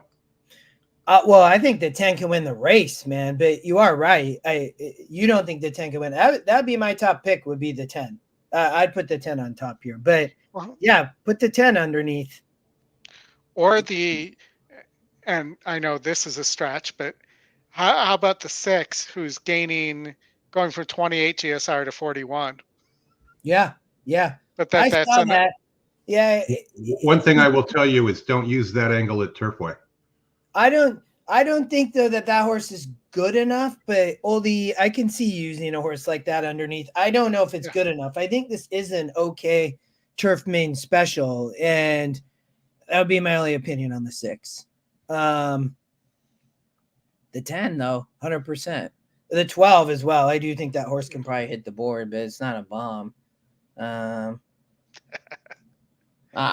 putting the 10 on top over the 2 and the 12. We're loaded and we're off. You want me to do sound? Sure. Right there, Sugar Hook toward the inside. Empire's Classic and Double Neat with the running rail. A wave across the course here in the early stages. Double Neat, Empire's Classic, Sugar Hook, Rears Ferry in the yellow cap, and on the outside, Sir Exton. As they make their way toward the first turn, Double Neat between horses, Rears Ferry and Sir Exton. 3 across out of the stretch with Empire's Classic running in 4th. Count Dracula found the rail as these maiden 2-year-olds go to the back of the course. Then it's a break of 3 to 4 more. Sugar Hook about midfield without equal in the white cap. Ocean Victory is in the Godolphin blue. Following them, the gray of the green, Cabernado, Cessnola, and Bayou Magic trails the dozen. 23.57 lead seconds with Ben Curtis. And the rail, it's Double Neat, who takes them to a half mile from home. Double Neat, Rears Ferry, and on the outside, Sir Exton, 3 deep uncovered, with Count Dracula, the black cap, looking to draw in from 4th. Empire's Classic 5th. Then Sugar Hook in 6th. Ocean Victory is 7th. Agria Wide 8th. Without equal is 9th. Cabernado is 10th. And Telling's off. Man, they're like getting stacked up. The trail remains Bayou Magic in 12th. Half mile 48.14 seconds. coming toward the quarter pole. And between horses is Rears Ferry with for the inside, Double Neat looking to stay. Sir Exton just leads off the turn. Here comes a bid by Ocean Victory. Count Dracula buried toward the inside. Sugar Hook down the route the rail in tight quarters. Legree is charging. Cabernado on the stand side. Then Empire's Classic. The nines like. Out. It's Legree and Ocean Victory toward the inside. Looks like 5, 9, 12. The 12 gonna win. Toward the inside, Ocean Victory, who's fighting Legree down toward the line. Cabernado's now in third. Then Sugar Hook in yeah, fourth. 12, 5. Mallory, it's Legree. Legree driven out from Ocean Victory to win it. Cabernado was third, and Sugar Hook finished fourth. I told you, man, the 12 was Lannery was going to run well there. The 10 didn't run a lick, but yeah. I'll let Lannery beat me all the time. 4 minutes. 4 minutes. Except for when he's riding for Cox. 4 minutes. I'm going to put this up for a second. You guys can talk about the race. I got to take a quick pit stop. Oh, he put up Gulfstream 8. Scott, what do you at Fairgrounds? The race number 12, the horse Nash is going to the Kentucky Derby. Is that what you're saying? Gulfstream Race Park 8. Chris, Tropical Park Oaks. I mean, I thought this was an insanely tough race. But Cabaret Concert I did think could be tough. But we both singled in Tropical Pick 3, didn't make it through. The 2-1 that first, or you have tickets. So you have a couple of tickets with the 2. What did you use here in the second leg? Let me go pull it up. I didn't. I singled in the first leg. I didn't play anything else. So I thought that this was an interesting race, though. The last race I thought on the turf was the tougher one. I think I could narrow more in this race. I did think the one Cairo Concert was going to be tough. I mean, she's coming at it tough. This was the one where I was the most spread. So one ticket has the 10 and 12. Another one has the 1 and the 5. And another one has the 3, 7, 8, 9, and 11. And then I'm pretty thin in the last leg. Yeah, the 8-horse Alpha Bella is going to be a great price, but I think has a shot. I think the 9 and the 11. So you talked about all of those. The 11, tough post, but does have speed, right? So I think from that perspective with Zayas for Safi, this horse isn't a tough post, but there's, is probably going to get the lead. Yeah. I'm certainly going to bet my 10 to win, and then a 10-12 box as well. Yeah. You're on the 10 breath away? Yep. 10 and 12 are my A's. Startup mentality with that's the Chad Brown. It's interesting. So, Oldie, don't you like the 9, the other Chad Brown? Yeah, absolutely. That's where I'm singled in the Tropical Pick 3. Or the Gulfstream Turf Pick 3, whatever they call it. Yeah. I thought Saya's Alpha Bella could be dangerous. I think Oldie might have talked about the Fletcher horse earlier when we were in the Pick 6. But I thought that could be interesting. I mean, really well bred. Has the opportunity to improve off the layoff, but, I think shows up at the right stakes race. I mean, this horse was racing right back in, grade 3s a year ago. So, or, less than that. Finished off in a grade 2, obviously. But I don't know. I think gets the layoff I thought could be interesting was Alpha Bella. For sure. Let me see where we are here. We got to be getting close. They're out on the track. So I did a try here, 9, 10, 12 over the 1 overall. Yeah, and I'm not sure who's going to get the lead here. Because if you look, the pace numbers are very clustered. No, I know. And usually when you have an outside horse that has a 2-point pace advantage. They're not going to get the lead over the inside horses in that situation unless they really gun it. Billy says Paco going to the lead. Paco on the 7 horse. I'm looking at for some reason, your Fairgrounds early pick 5 pulled up. Just popped up on my screen. That's weird. Yeah, it was 160, by the way. 160, okay. A lot of times I can't look here, so. All right, so Paco going to the lead. That makes sense. You have Gaff on the 9 horse.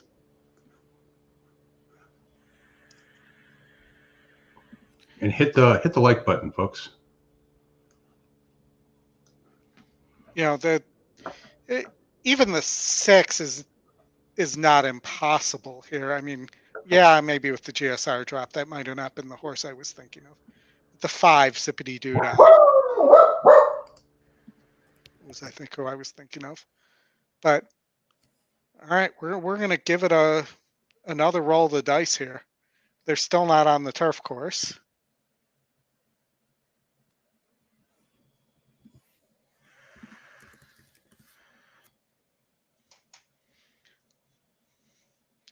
I mean, if Paco can get that 7 to the lead, I think that's great.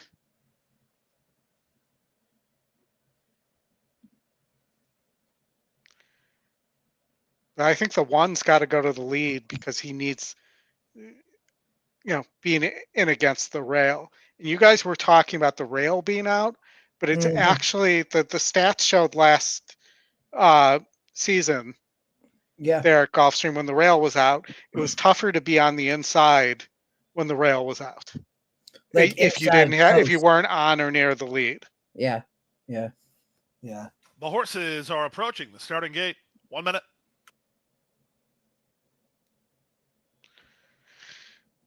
All right, 1. What do you have here, Oldie?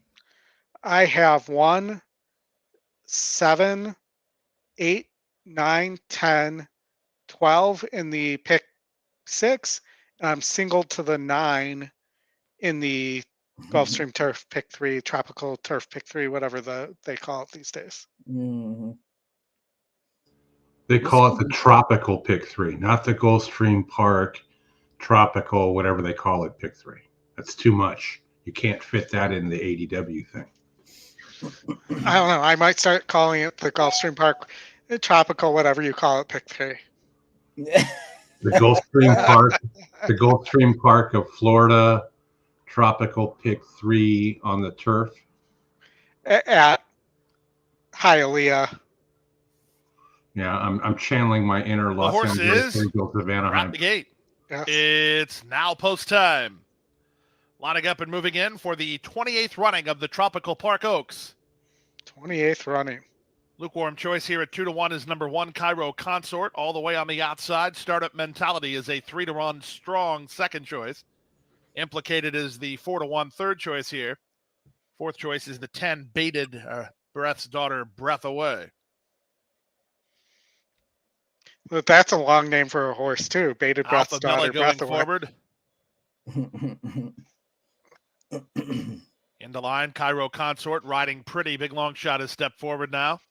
Tracy Farmer colors represented with Personal Pursuit. Here's Implicated. Dulce Sorpresa is ready. And Dolce Gabbana. Sun B. Scotty singled the 1. That I see it. Yeah. I'm on the 1-8-11 here would be. I actually boxed those in Exacta. 3 more. Startup Mentality, Be My Sunshine, and Speed Trap. I played a pick 4, Oldie, so if it gets, I singled the 5 later. We can show it if it gets through. Startup Mentality. Jose Ortiz to take the outside gate. Is he? The field of 12 there. Rimigate. They're racing in the Tropical Park Oaks. Down inside, Cairo Consort gets a smooth beginning, working between horses. Here's Speed Trap on the go. From between horses, that's Alphabella, who won't be far away as they run past the finish line the first time. Dulce Sorpresa is from between horses. The gray Be My Sunshine is next. Then it's Implicated with Startup Mentality a bit wide. Breath Away is about 3 or 4 lengths wide at this first turn run. Down at the inside goes Personal Pursuit. The two at the back are Riding Pretty and the early trailer, Sun B. And they run around the first turn. Big long shot Speed Trap, clear by 2 over Alphabella second. Dulce Sorpresa is now third up on the outside. Startup Mentality moves into a tracking spot in fourth while 3 wide. Be My Sunshine is next. Then it's Implicated, who has to work between horses. Breath Away is hung 3 wide. Yeah. Moving out the rail, that's Zippadoo ahead of Cairo Consort, who's got traffic ahead of her. Alphabella, Personal Pursuit. Louis got the like 2 at the back are Riding Pretty and Sun B. It went the half. Louis been riding so terribly, though. Quarter of 22-4. They leave the backstretch and move on to the far turn. Speed Trap still has the lead. Alphabella is latched on to her second. 3 wide Startup Mentality. Be My Sunshine between horses. Dulce Sorpresa toward the rail.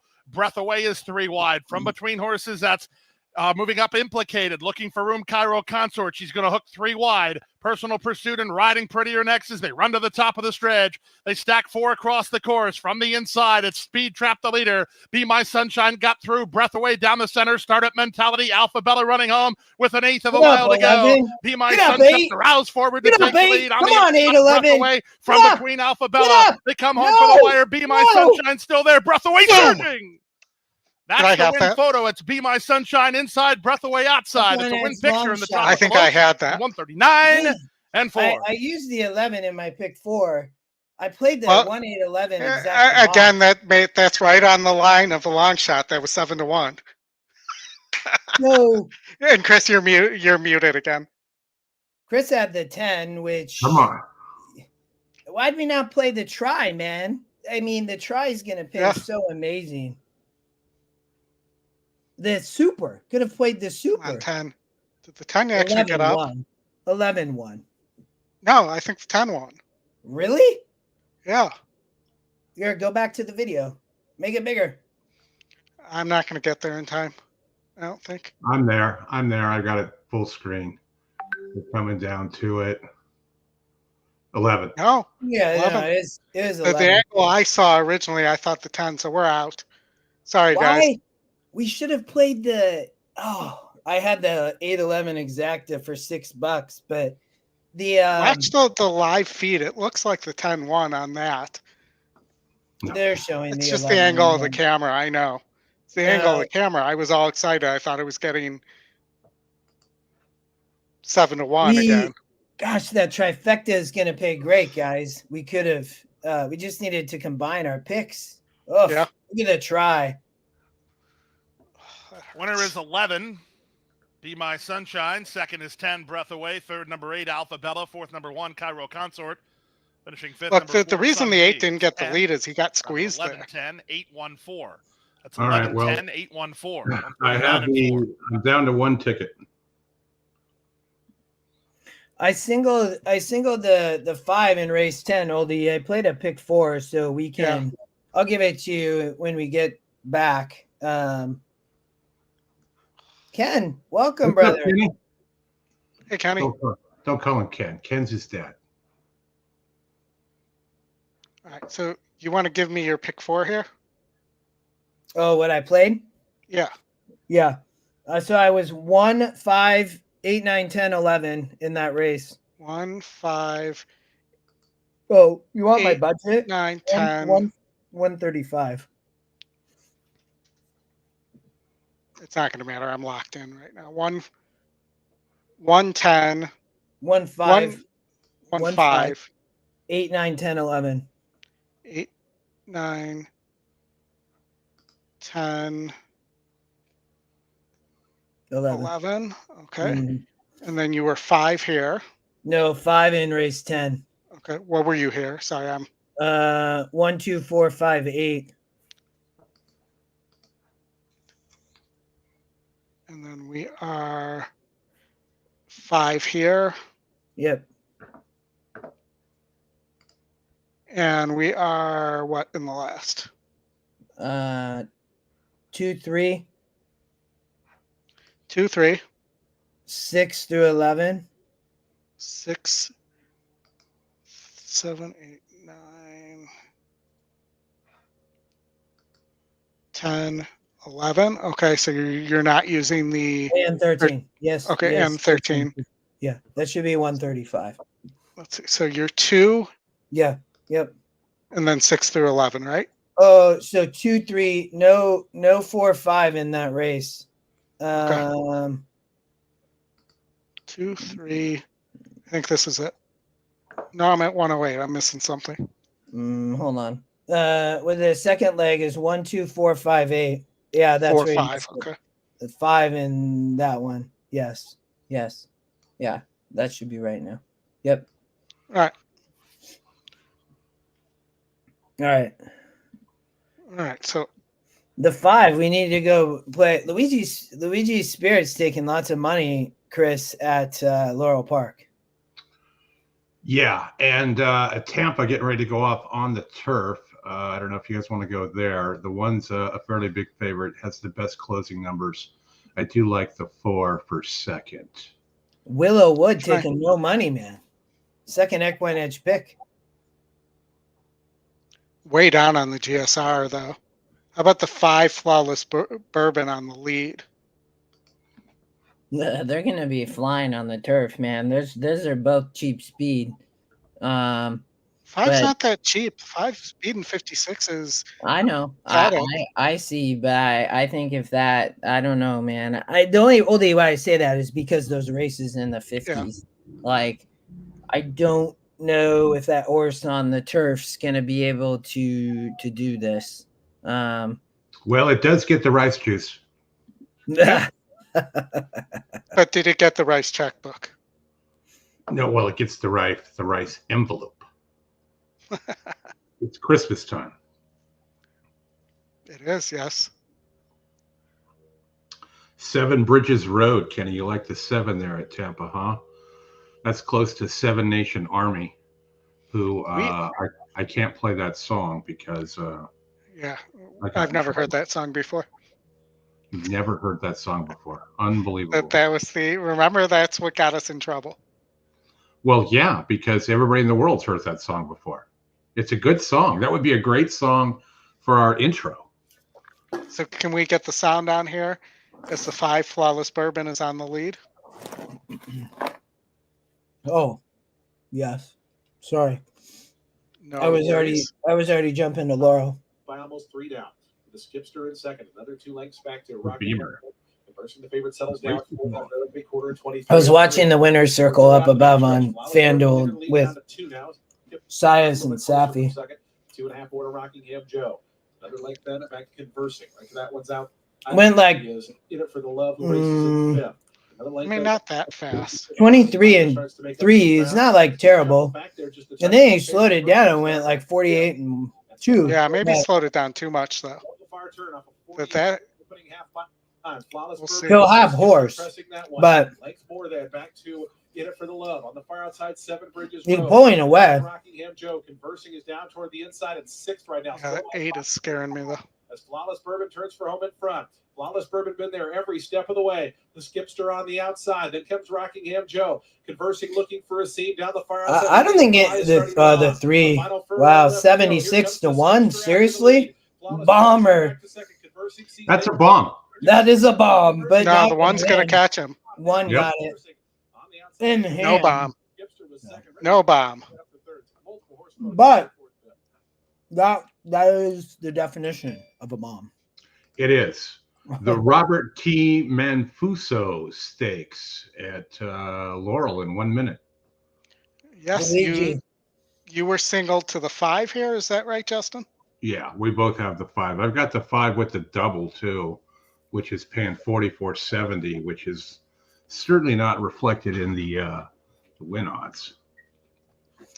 The 2 I thought that we have the 2, the first time starter in the last. So I think this is a great race to bet a horse like this, Oldy. I mean, stakes race. I mean, it has a great win percent, to be honest. And I think it's the second highest off of the 2. And I could see the pace just kind of breaking down here and melting, and good. I think this is a logical horse to pick it up, to be honest. If you look at last out in a 64 and then obviously won a 52, so I think the race kind of plays out great for the trip. Well, the system or the batters seem to think that the 7 or the 8 will be the one who comes from behind here.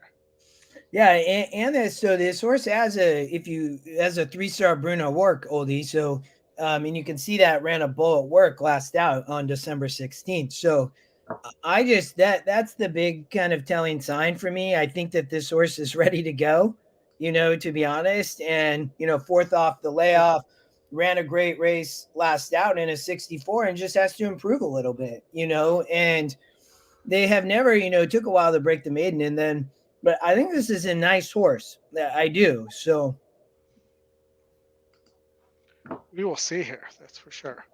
All right. So let's pull up the race here.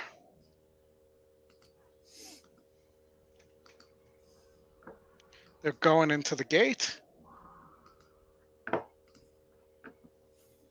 Good luck to both of you here. Need to be or cold. Luigi's Spirit.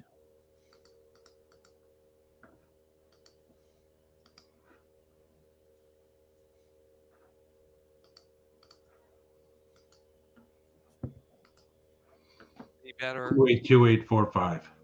Super. Crush it. Well, if the 4 breaks slow, the 2 is going to get an easy lead here, though. Thanks, Bill. We appreciate that.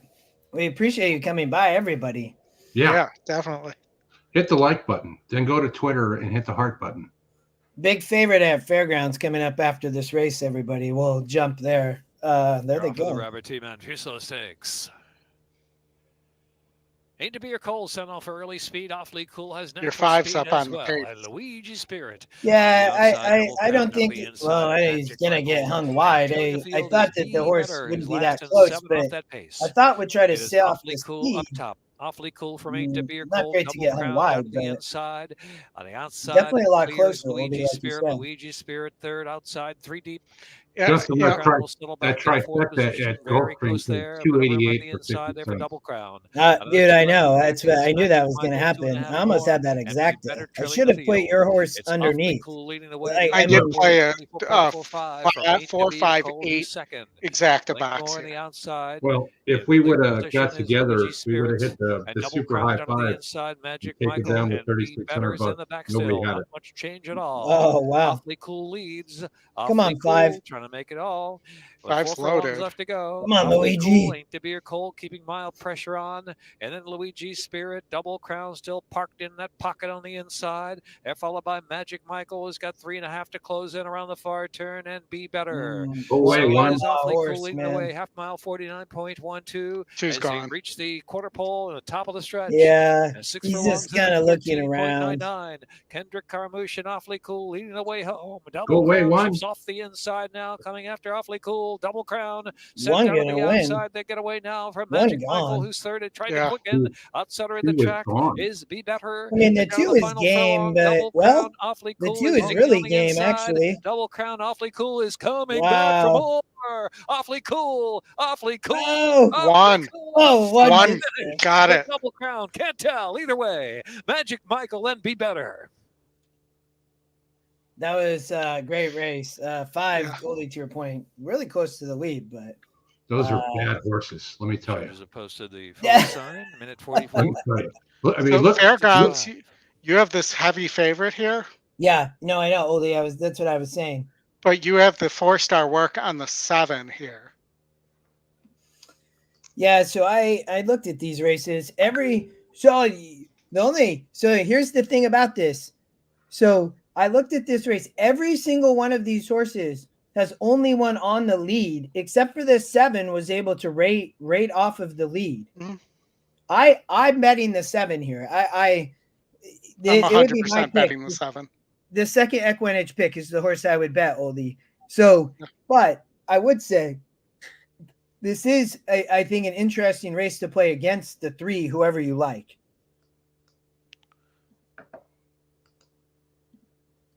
Yeah, I'm 100% playing the 7.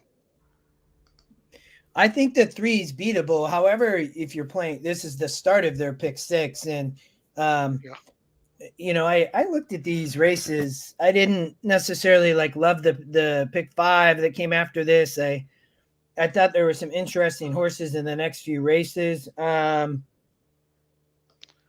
So I played the pick 5, and we can go over my ticket. It was a big ticket. You played the pick 5 here? Yeah. Oh, yeah, you should. I put that, but that's the next race. So it was a bigger ticket than I wanted to play, but it's a very difficult sequence. And, you know, one of the questions here is, you know, if 2 Emmys is ready to run and souped up, that's a grade 1 winner and with a bunch of allowance company horses in a stakes race. But, you know, has been off for almost a year. I actually thought the horse was retired, and has a far outside post. Yeah. As well. So, you know, we'll have to see. But I think the horse has finished first or second on this turf course 6 out of 8 times. So I'm not even putting the 3 in first or second place, just so you know. I'm playing the other Cox as well, the 6. Yeah, I like the 6. You do or don't? I do. Yeah, James Graham. This horse is not taking really much money, but this could be a Cox exacta in my opinion. But I am against the 3 in this race, Oldie. I mean the horse can win, but I'm not playing it. You know, the 8, I don't know if can win, but maybe he can finish underneath. I would be EquinEdge long shot. Maybe it can win. I mean, you know, maybe I might box the 6, 7, and 8 for a couple bucks, and then probably put the 7. I don't know, the other Cox horse, the 6 with James Graham, could win this race. So, well, and the 2's going to get the lead most likely. You probably, you could. I mean, there's a lot of speed here, in my opinion. It looks like they're loading. You want me to turn the sound on? All right. Here's my wagers. The 7 to win, 3-7 box, 3 with 6-7 try, 3 6-7 6-7 8 super. So I'm just playing a 2-6-7 exacta box. 15 to 1 if that horse holds on for second. With the 2, I would take that. With a couple back for with and then I played $25 to win on the 7. Graham is 100 years old, Scott. You know, Pat Valenzuela is making a comeback. He's 61. Call me when Fernando is making a comeback. Fernando? Valenzuela. No, the Dodgers don't have any more money to spend. They might need him after that. Well, the 4 ain't doing anything. Rolling around is there. Leslie's Loot strikes up on the outside and can't resist it. Holds this round position and is part of an early battle. And Brunch Punch is right there too. It's Brunch Punch. 2 didn't get the lead, man. I mean, Loot is close. With Helena's 14. Might get the lead, but I don't think so. The 6 is going to get just stuck in between, which is so hard. The quarter sizzles. 21, man, so fast. As they set that half-mile pole alight, and it's Leslie's Loot who's up to take the lead. The 7 could sit the trip here. Can't resist it. Come on, 7. The 8's running, a good race. The 7, come on. In the meantime, Come on, 7. Get up, 7. These 3-year-old fillies have streamed away past the 8 can hang on. I would love it. 8-7 or 7-8. Come on, 7. Get up.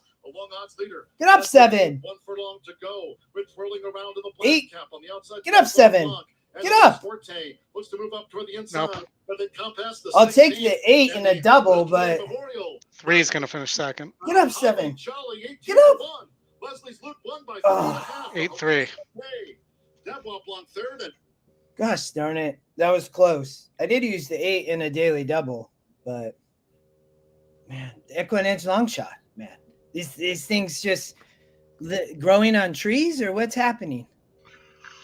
They're hitting them. Yeah. Oh my gosh. They're hitting. 18 to 1. I mean, that exacta would have been nice to get that 3 out of there. The exacta, the 8-7 Chris, you just used the 7 with the 3, huh? Yeah. 8-7 was paying 95-1. Darn it. Close.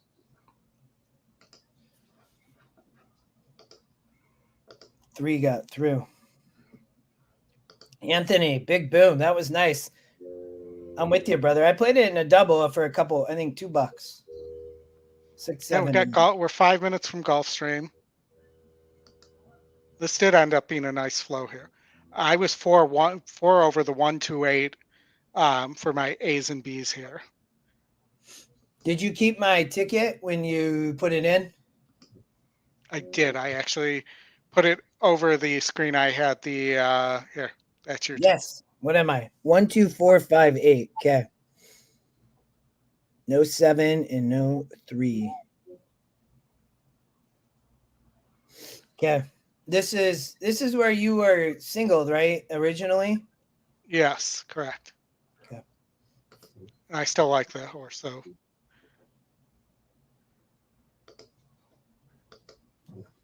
5, 6, 7, 9.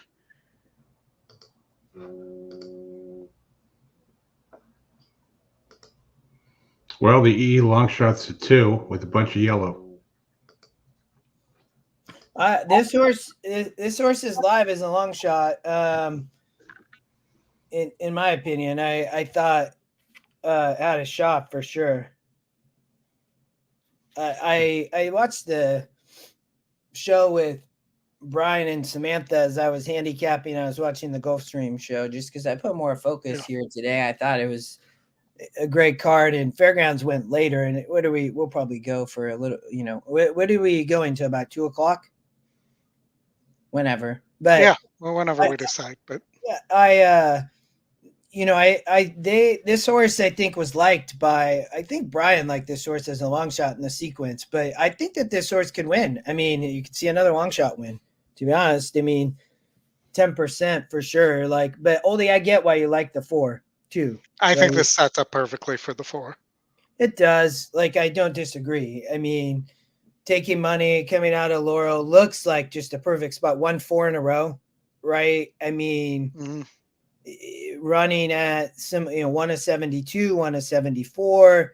I mean, just looks like it's a great chip for Gaffleon with Safi. So he's been cold, but he just won the last race with the 11, right? Yep. So, it's a great 3. I think a lot of these have a shot though. Zaya is on the 1, has a shot, so and then you have the Ortiz brothers on the 5 and 8, and I don't know, what are they going to do on the front end? We lost Chris. I guess so. His internet may have gone out. I don't know. KS Wheels, I love it, man. That's a good 8-3 exactly. Was but good. Or maybe it's my internet. No, you're here. Can you hear me? Sorry, my internet went out for a second there. What about Ollie? Can you hear me now? I can, but we just lost the connection to so I got to re-log in here. Okay. Yeah, take your time. That's a great try, Anthony. I mean, it really was. I thought we were going to get that 7 up for second or even win the race, but great try. I mean, 166-1 there. I mean, that's awesome. 2 minutes, still Gulfstream. Race number 9. Oldie's going to pull this stuff back up, but this is a great race. I mean, the 4 big favorite coming out of Laurel Park. But I think the 1 can win the race. The 2. I am 1, 2, 4, 5, 8 in a pick 4. At a big price to win the first race, but all right, we're coming back up here. Be just a second, guys. Minute to post, so we got some time. Oh, Chris is back. Chris back too. Yeah. The fan, man, the fan. What happened? We lost. We even lost. Oldie did. What happened? We lost the fan. crowd. The fan. My fan is dying in my Mac Mini. Oh, that's no good. Time to break into the Horse Soldier Bourbon. Wait, what is that? Horse Soldier Bourbon. Horse Soldier Bourbon whiskey is uniquely complex and aged in charred new American oak barrels. Every bottle of Horse Soldier Bourbon whiskey is a piece of American history. It is carefully crafted by Green Berets who answered America's call just after 9/11 with a daring insertion into northern Afghanistan on horseback. This brave and unconventional act earned them the moniker the Horse Soldiers. And fuck you to Ed for his 9/11 tweet today with Scotty. Yes. All right. I'm just going to throw that out there. I'm going to pour just a little of this because this shit is 47.5% alcohol. By volume. Yeah. I agree. The dog supports what you just said, I guess. Anthony, I appreciate the comments. We love that, man. All right. No, I really want to beat the 4 here, but we shall see. Ollie, what's that mean? 3_2. I think that's 3 with the 2. Scott. Anthony, yeah, the 3-man booth is great. We love the 3-man booth, but just with kids. I know and I'm coaching 2 basketball teams and working far too much. I'm going to unfortunately be traveling a lot for my daughter's chair coming up. So we'll figure it out. Doesn't that what? No, that goes on. It's pretty much year round. The competitions though are from November till now, close to the end of May, because her team won a paid bid, and paid means that her bid and her lodging is paid for, but not my travel or her plane or anything like that to Hawaii, actually, for something called the Global Games.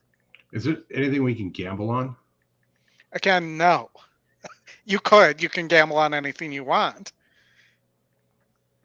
And, I could help you set the odds, but. Yeah, I'm going to pass. I like the 7 here. I didn't even use the 7. That's not going to be good. They were talking about, so if you guys heard of Circa Survivor, Circa's the swimming pool sports book in Vegas. Yeah. So they're doing a Survivor pool with the NFL. There's 12 people left alive. They've been doing it for years. One guy wouldn't chop. Yeah, exactly what I was going to say. One guy wouldn't chop. He put out a message. When I win all $9.32 million, I will bring a wheelbarrow. I want it all in cash. What was this for? It's like like the Million Maker for DraftKings. Yeah. This is a Survivor pool put on by Circus Sports. The horses are at the gate. Vegas Sportsbook, and also now they're here. For the 41st running of the Sugar Swirl Stakes. 6 furlongs of the trip. The even money choice is number 4, Intrepid Daydream. Why are we hearing some Joseph Jr.? In the line goes Olivia Darling and the what's that from? AMO Racing USA. Not from me, and it's not from you. The Don Disney I know what it is. Napa Candy. It's and then the 5-2 second choice Spirit Wind will take the outside gate. And let's get to our holiday Spirit Wind finale here. Jose Ortiz for Carlos Laurel. David. Yeah. They're in the gate. Bound to happen once per show. I would bet you on that. And they're off in the 41st running of the Sugar Swirl. Last in, first out. The answer appears to be away from her outside that draw. the 4 was not going to go. Inside traffic. I mean the 5. Easy. Magnamassa comes away a joint the second 8 with was the sending Daydream into the top flight. Spirit Wind with Jose Ortiz. Way out the center is Olivia Darling. That was the at goal. The back of the field with Napa Candy just ahead of her as Spirit Wind is the target. Half a mile from the finish, Spirit Wind and Jose Ortiz to the far turn, lead by 2.5. Intrepid Daydream is second with a quarter. That horse is looking like a winner right now. Magnamassa third, Olivia Darling fourth, and look at Spirit Wind. She's getting away. Now she's 4 on top. The 5's actually not running a bad race, to go get her with Olivia Darling now third. From the back, Bluefield is underway. The 4 horses in on the move with the red cap. Dropping back, Magnamassa. Napa Candy's been no factor. They try to reach Spirit Wind. 45 and 1 for a half mile. Spirit Wind has the lead. She's only 2 on top as they start to close ranks. Intrepid Daydream takes her shot toward the inside. That's My Destiny. Down the center, Bluefield with Olivia Darling. Jose Ortiz trying to get one more furlong from Spirit Wind. Intrepid Daydream watching. Olivia Darling closing lane. They come for the wire. Spirit Wind is still there. Spirit Wind goes gate to wire to win the Sugar Swirl in 1:10 and 2. The Sugar Swirl. All right. So we should have Tampa coming up, and we do.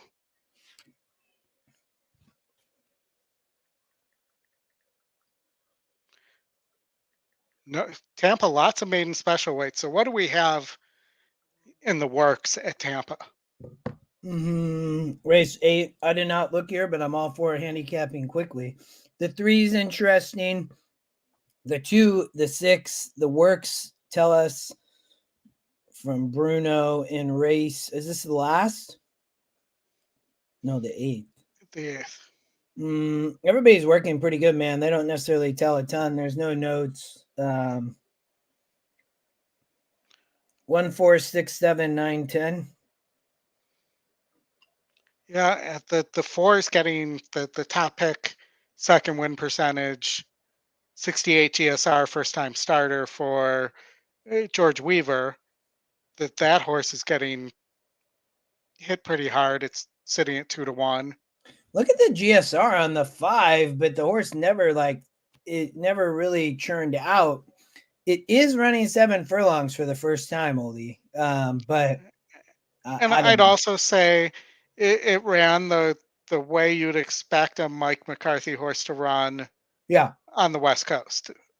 Yeah. I mean, that's it should be getting significantly easier here.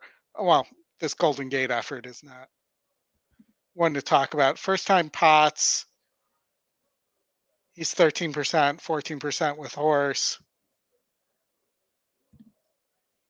I mean, the 4, I think. What about, the 6 is taking no money. Horse is working well, 14%. I don't know these connections, but I don't know. What about the 6 with second time starters? I'm going with the trucker here, man. The trucker? Who's the trucker? 10-4 Exacta Box. Yeah. Good buddy. Thanks for stopping by, Farley. Merry Christmas to you. Yeah, John, thank you. Merry Christmas. I stepped out. Merry Christmas, Happy New Year, and we appreciate we appreciate your support and longtime guy with us. So we're happy to have you around. I don't know if what I stepped away when Oldie was talking about the Circa Survivor thing. You can only use a team once in the season too. Yeah, that's important to note. And so, I'm told they're treating Monday night as a separate week from Thursday, Saturday, Sunday. I heard that on the radio this morning. Yeah, boy, you've got all the old man stuff, man. You go to the health club, the water closet, and you listen to the radio. Yeah. Hey, Lexi. I listen to terrestrial radio. Wow. Sports radio. You have like a antenna for your TV too? I do not, no. But I do enjoy some UHF. Oh, wait. We got the game starting here in a few. So let's talk about the football game. It's starting at 4:30. The Bengals and the Steelers. Let's build a same game parlay. Hey, Lexi. I'm taking Cincy and Buffalo. I posted that the same game parlay essentially that's your high takeout bet. Yeah. Whatever. Who scores the first touchdown for the Bengals? Chase Brown. Just it's going to be a flyer, but it's good value, man. Okay. who scores the first touchdown for the Steelers? Who said the Steelers are going to score a touchdown? Yeah. They're going to score a touchdown. Mason Rudolph at quarterback. Have you watched any of the Mason Rudolph games from the previous years, dating back to when he was Roethlisberger's backup? But it's Rudolph, and it's Christmas time, man. I mean, he could be the savior to Pittsburgh season. But he could also be in the giving mood and give to the Cincinnati defense. So how about Cincinnati defense for first time touchdown? That's a good bet. Who else from the Bengals scores a touchdown? T. Higgins is scoring a touchdown tonight. That is probably first touchdown. I mean, T is gonna probably eat and get a lot of receptions. All right, so I'm going with this. These are anytime touchdowns. Chase Brown, Najee Harris, T. Higgins. What's Chase Brown's odds? Player props. Chase Brown. First touchdown is 1,400. Oh. Last touchdown is 1,400. Anytime is 350. If you want to go to somebody who Rudolph has thrown to a lot, I would look at Freiermuth. Well, yeah, I mean, because he's a holdover from the Roethlisberger era. Chase Brown, T. Higgins, and Freiermuth, huh? Freiermuth. Chase Brown, T. Higgins. Race 9 at Fairgrounds. Yeah, I'm passing on this Tampa race. I'm not sure what's going on there. All right, Laurel, I like the first time starter 2-horse in the last race. Plus 410, plus 4,000 on that oldie. I played a double in the Fairgrounds. I have 4, 9, 10, 11 in my double. Race 9 at Fairgrounds, I was 1 through 4, 6. I'm sorry, 1, 4 through 6. I probably should have used the 1, but I didn't. So just 1, 4, 9, 10, 11. But I wish I would have used the 1. But I think the 5's got a really good shot to go gate to wire there. In race 8 or 9? Race 9. Oh, I was talking race 8. Race 9? Okay. Yeah. I mean, I could see that.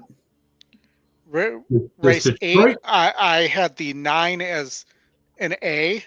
I think the 9 wins race 8 at Fairgrounds. If the 10 breaks, Lannery again. I mean, can he win 2 on the card? If the 10 breaks, it's going to be dangerous. But, yeah. I thought the presence of the 3 and the 7 are going to make it really tough on the early speed. It's cheap speed, and they're stopping. So I don't disagree with you. It sets up great for the 9 or the 10, in my opinion. But, yeah. All right, so I'm going to throw I appreciate that, Steve. Yeah, I try to come on with these guys. It's tough, man. I'm coaching both my kids in basketball and Lannery for third, Lexi. Yeah, I could see good chance. Peru for second. So the Lions definitely beat the Vikings, right? Speaking of having no quarterback, yes. Are we listening to this Tampa race? Sure. We need to go to Laurel in 2 minutes. All right, Tampa's loading though.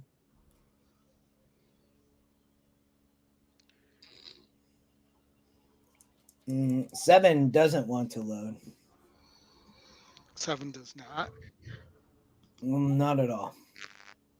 The 3 is currently sitting at the 26%. 3 is currently sitting at 7-2.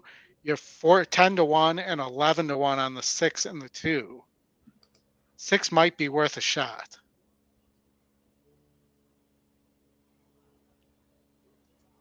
Your 7 broadcaster has gotten loose from the. Oh, the 7 got loose now? Gambling down the 7 furlong shoot. No, we're moving on from Tampa, Oldie. Let's go to Laurel. All right, Laurel. The 4 who is a many-time loser. Aren't they all at Laurel? But is getting a GSR bump going from synthetic to dirt. It's going to need more than that. All right. You have the first-time starter for Farrier. Yeah, that's who I'm playing. 12% with first-time starters.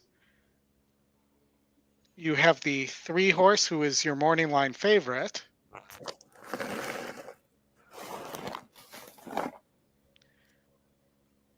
And is dropping out of maiden special weight. Pretty big drop to maiden 30, but the SOR doesn't go down that much. You know, if I were to take a flyer here on a horse that's not one of those horses, you know, why not the 8? The 8 or the 7? So maybe a 7-8 exacta. I'm with Justin, first time starter. Yeah, this horse is working well, and it's just like, this is not a great race, right? I mean, all these horses have been running. It's a maiden 30, so I mean, put this horse at the right spot. Yeah. I think that is, you know, as long as the horse breaks, I think it's going to be kind of dangerous. Holiday weekend. Not a lot of speed. I mean, the horse probably go gate to wire potentially if it just breaks well. Fortuitous. Scott, Tampa Bay Downs. Yeah, I've been there a lot recently, but in the poker room. Little baby girl. Winning tournaments. Crushing people's dreams. Neurologist. Yes. This one guy. I went the Thursday night. I went down there, and I crushed this guy for like $1,200. I had the nut flush. He had a flush. I had the nut straight. He had a straight. I had a set. He had a smaller set. It was just a bad night for him. Yeah. The Laurel race looks. Are they reloading the 7? No, that was Tampa. Remember? Yeah, I'm watching Tampa right now on my second screen. No, they thought they scratched it. No, they didn't. They're loading that horse in. 2 didn't get the lead. Quality weekend from the rail, right to the lead. We'll see. Early. Varela just moves through between horses from third. Back to Mo Tough in final jump. Tishan Tyrant racing on the outside. Fortuitous, not much early speed to the back of the pack and get loaded. Trails the field. Quality weekend's the one to catch with a 2-length advantage from Little Baby Girl, second a length and a half. Varela just to the outside in third. Rail to Mo Tough who's fourth into the far turn run. In between horses is final jump ridden along for a little more. Tishan Tyrant out 3 deep. Tishan Tyrant now 5th. And back there for looks like the morning line might have been correct. So midway on the turn now. I do agree with you. Here comes Little Baby Girl. And it's going to go 3, 4, Little Baby 7 Girl from maybe. Quality Weekend. Little Baby Girl. The 4 loaded. From Quality Weekend. Mo Tough follows with an inside run now. Tip 2 wide. And Varela just racing on the far outside as they're into the stretch. Followed by final jump. 3/16 left to run. And it's Little Baby Girl. Little Baby Girl. Mo Tough there on the outside. Little Baby Girl. Just won't go by anybody. On the outside trying to gain. Little Baby Girl just holding. Maybe. Little Baby Girl from get Mo up. Tough. Oh, yeah, maybe this time, maybe not. Little Baby Girl, Mo Yep. Tough. Way to put the 4 in the winner circle. 3, 7. From Little Baby Girl. Final jump and then Virologist. All right. So Fairgrounds race 8. Fairgrounds race 8. I'm pulling my pick 5 up here. Like I said, more than I was thinking I was going to spend here, but these are tough races. I did not use the 1 horse Kavad, the second choice top win percentage here, because I didn't like the pace, and I did not see a lot of ability to rate in this horse's past. But did history. you not like the EE morning line there? That's usually a deadly angle. This horse, it should really prefer a 5.5. You know, that is my note. If you look at GSR Plus, like, this could be a really dangerous distance because it's its top GSR for the horse on the turf. So if you go back to that horse at Keeneland, right, way too tough in the Woodford. So, and then you go back to the Churchill Downs race going 5. I mean, the horse nearly won the race, right? So finished 3rd. So I think the horse has a great shot. I did not like the horse at all. I think the 8's got a great shot here. coming late, shortening up. I just don't think the one's going to be able to rate, and has been breaking slow, is coming out of the one hole. Yeah. There were many things I didn't like about this horse here. Losing to 66s, losing at different distances, it doesn't really seem to matter, and different surfaces. This could be a get rich with Mitch race, and I could be wrong. I thought the 4, 9, 11 would all be tough too. Not the 11. 11's a long shot, but I used in the daily double. But yeah, I used the 11 here. I thought the 10's tough. Yes. Yeah. Yep. The 10 is taking a ton of money, man. And that horse has a nice work. It's been a lot of layoff lines, right? So yeah, is the big thing with the 10. But I agree though. I use that horse too. And the 4 does seem to like 5.5, even though recently against similar or tougher, it hasn't run as well. Let's take a look where they are here. There's still 1 minute to post here. And then I talked about this race 1, 4, 5, 6. Not using the 3 at 25%. Was the long shot. Just didn't like it. The 9 has 3 wins and 3 tries at 5.5. The 10 got 3 wins and 6 tries. I mean, the 11's a winner. The 4, it's where I win. I just went, and then the 1 I think is an interesting horse. I do so. And 2 Emmys is the horse I was talking about here. That I'm just not sure what it's going to do off this layoff. But it always seems to run well here.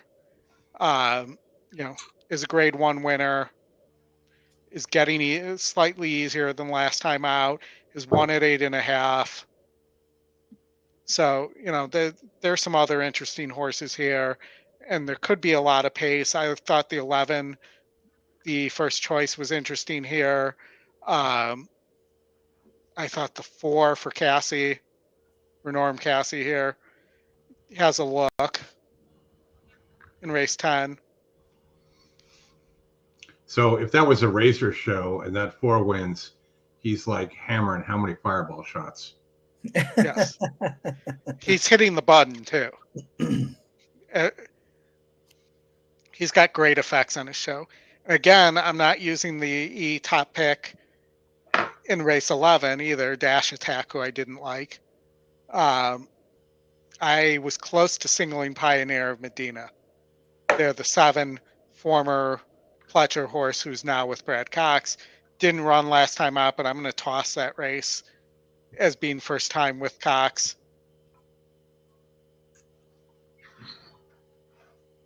I don't think so, but we'll look. They are off now. I got it. Go. 1 broke slow again. 1 with toward the inside. Yeah, I saw that. As they go up the back of the course and right there between horses, the Millionaire just might. So it's just might. And toward the inside, Bodenheimer together, all 3 clear from short starting Bushido, who shows positional pace running in 3rd. High Limit Room is 4th. Swift as I Am 5th with the rail by 2. Then Kavod. Minnesota running is next out deep on the course. Then comes Sosua Summer, Avancing Trails.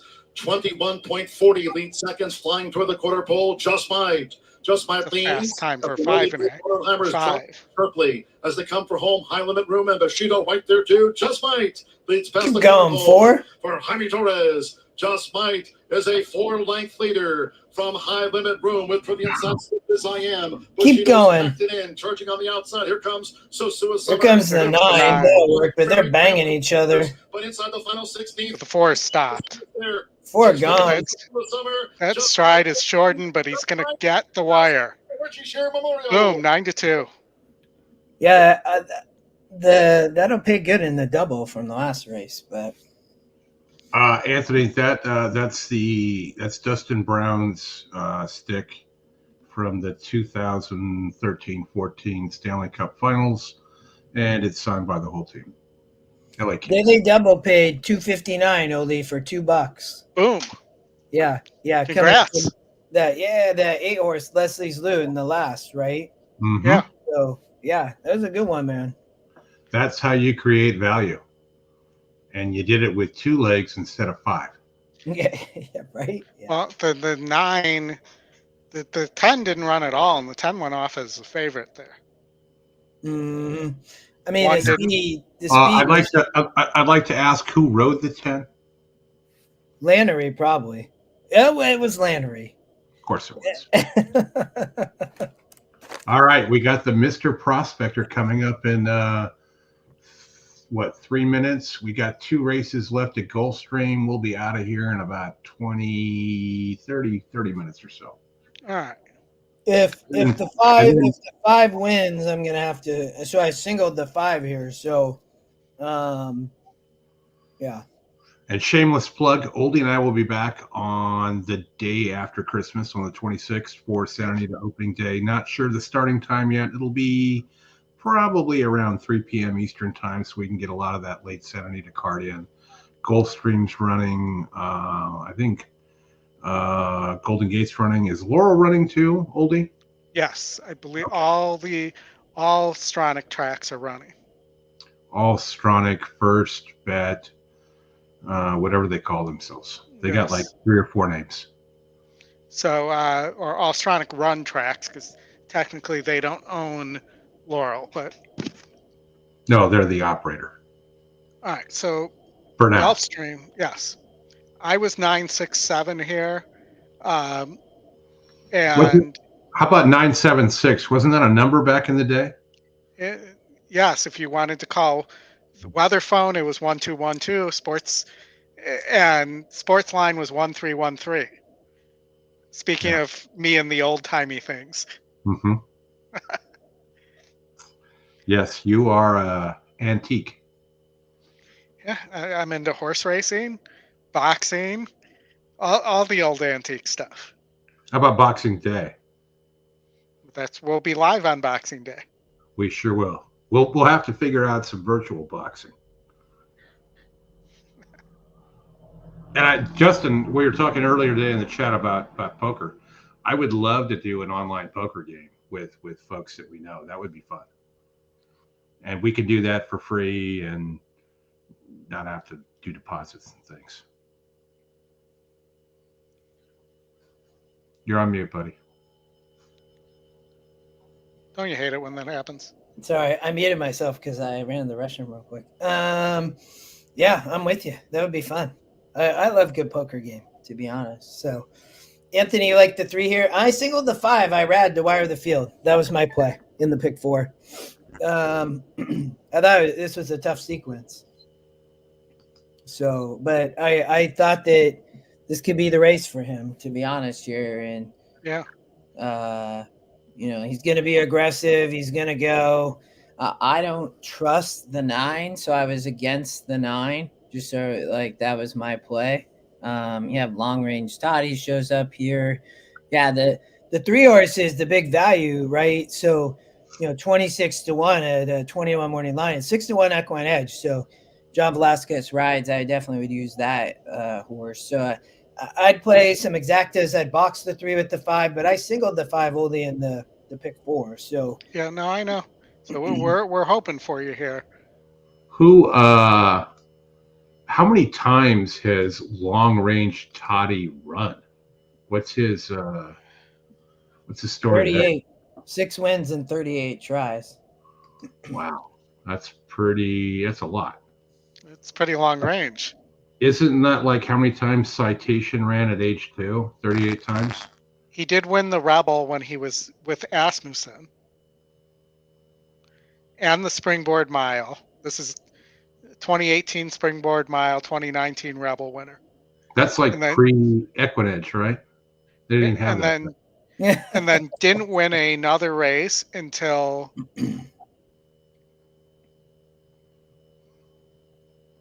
2023. Did the horse win a race for Dallas Stewart at all? No. But most horses don't. So he's the Corey Lannery of trainers. He's 12%. I feel like he was like 6% a while ago. Yeah, yeah, it was like 6 or 8%. It's probably like 4 horses total that make up the 12%. It's crazy. What I don't understand is why. So West Coast, not West Coast, West. I saw it today, and I'm blank. But one of the big thoroughbred shops gives him horses. I mean, they must need tax write-offs. Kenny likes the one. Great Navigator. Diaz rides for Owens. I mean, this is a great. It's just a very competitive, I think, stakes race. I can see why anybody like any horse. To be honest, I think the trifecta could pay absolutely gigantic here. To be honest, on whoever kind of wins. So I get why people like the 3. That EquinEdge likes the 3. I mean, this horse could close and hit the board. I need to get to the next race. That's where I'm only place where I'm alive with anything with the turf pick 3, the tropical turf pick 3. All right, Ollie, they're going. It's actually, I believe, officially the Gulfstream Park tropical. No. It's tropical pick 3. Go to your ADW. My ADW says Gulfstream Park turf pick 3. Yeah, well, your ADW sucks. Yeah. So I just combined the 2 names. It's post time for the 69th running of the Mr. Prospector. The 69th running. Grade 3 runners for $125,000. I feel like he needs Bill and Ted. By the way, I'm wearing my Christmas shirt. Is ready with Gilmore and Hurricane J. How about Art not knowing Navigator and Hal B what Die Hard was? Nakatomi Top Plaza, man. 2 more. Yep. Mr. Takaki will not be here for the rest of his from life. The outside, Sibelius.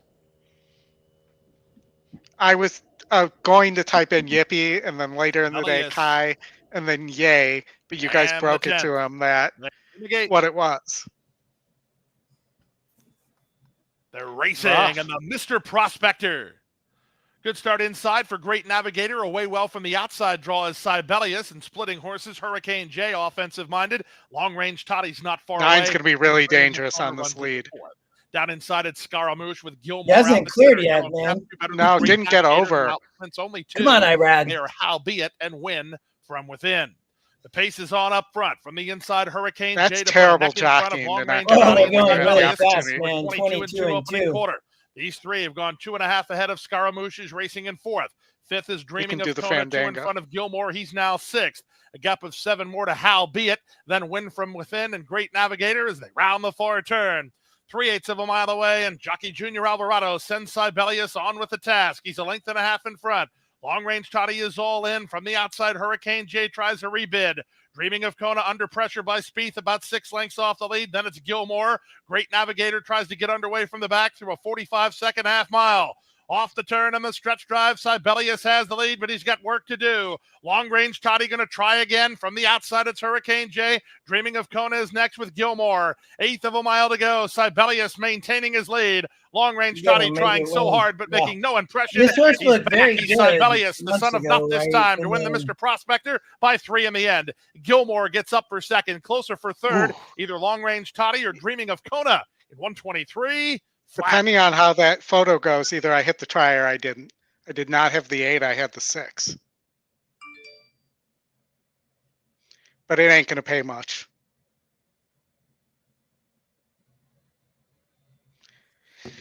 Again, that 9 horse, beat a good grade 1 group in Medan on Dubai Classic Day.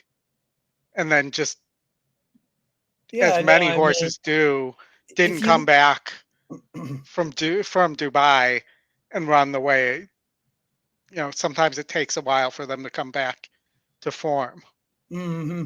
Yeah, and this horse did have the 4-star work. Probably should have singled there. He won the Mr. Prospector last year, so it made sense. I thought the 5 would get the lead there, but never really did, and had to duel, and that was a bummer. Did Pickens score a touchdown? Yeah, big one. It was like 80-some yards. Of course, after I'm eliminated, Justin. Rudolph to Pickens for 90 yards. So there's your first score. Yeah, I thought they weren't going to score. They scored quick. It's Rudolph. It's Christmas time, man. Like, I mean, I hit the for a very tidy profit. The try there. Nicely done, man. Those were my 3 horses that I used in the pick 6. The 9, 7, and 6. What 9, 7, 6 numbers were in the 90s? Yeah, we already. Yeah, it's the. It wasn't Sportsman. No, it was 9, 7, 6, 1, 3, 1, 3. If Scott Free's around, he would know this too. That was Sportsline. If you wanted sports scores back in the day, you dialed 976 1313, and you heard George Hoffman and David Schuster and a bunch of guys who ended up being score update guys on the radio after Sportsline went belly up.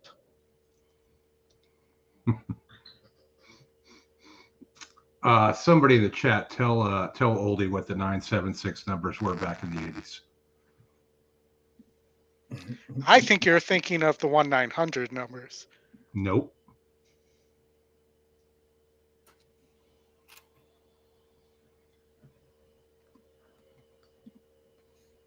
See, Scott agrees with me. Tampa, I'm going to Tampa race 8 or Fairgrounds race 9. Let's go Tampa race 8 for now. We got 16 minutes to Fairgrounds. So now that Laurel's over, now that we've had a Laurel and Hardy I got to handshake. hop off here right about 2 o'clock, just FYI. Yeah, so I'm done. Right at 5:00. We got one race right after that, the last race at Gulfstream at like 5:07. Okay. And guys, please bang the like, whether you're on your way out, on your way in. You know, we're not going to do what Razor will do, and when we get to a certain number of likes, we're not going to do shots. At least not today. Maybe on. Chris is looking at me like, "Don't say it." Maybe on Tuesday. I've been doing that since we started. I gotta see this.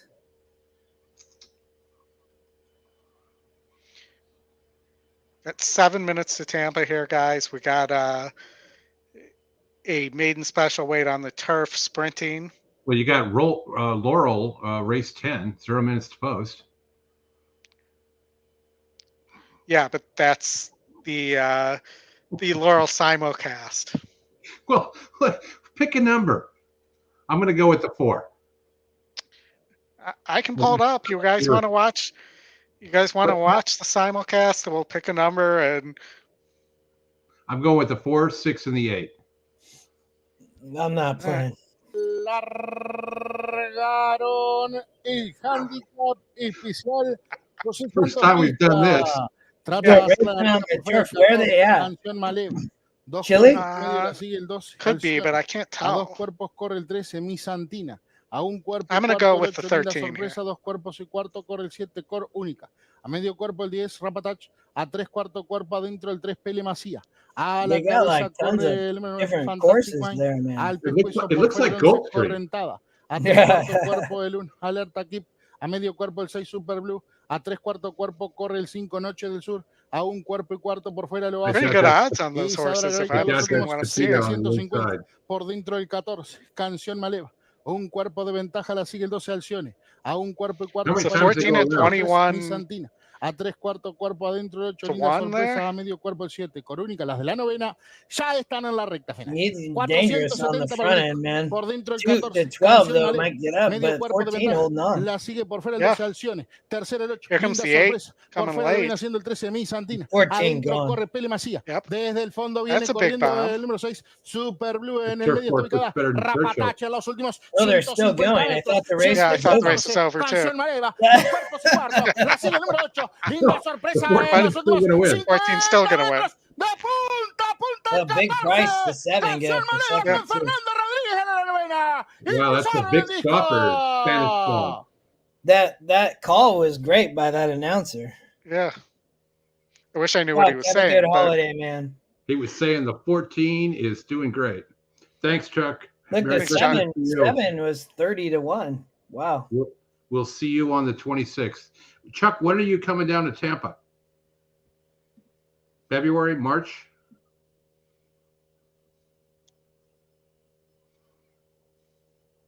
All right, so Tampa, we lost Justin. Oh, now he's back. Hey, hold on. Give me one. I'll be right back in a minute. All right. All right. So it would be awesome if EE had the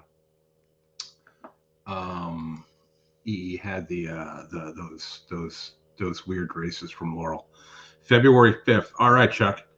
We'll see you then, because I'll be down there in the evenings for some cards, so maybe can hook up with you and have some fun. You're getting 8-1 on this D'Angelo Camacho horse. They're 26% as a pair in 58 races. Where? At Tampa. It's on the screen. Okay. I'll look at that screen. There's a bunch of first-time starters here. So let me go look at the workout reports on this. Is race 9, right? The last race? Yep. And the first-time starters are who, Oldie? So I don't have to flip screens. It is the 6 for James Gillick. The 7, Teddy Balabon. We Shall See, the 1. The 2, Raoul's Revenge, and the 3, Miss 10K. All 3-star works. Pick one. Pick two. I mean, box them. That doesn't. I hate that. That there has to be a difference in the works, and that's how you end up with 4-star works that aren't 4-star works too. If you give everybody a 3-star work. Sorry. They all don't have a 3-star work. Just the first-time starters. Right, but I'm saying that. Let's look a little closer at these trainers. So 0%. Take a deeper look. 5's not a first-star. He's due.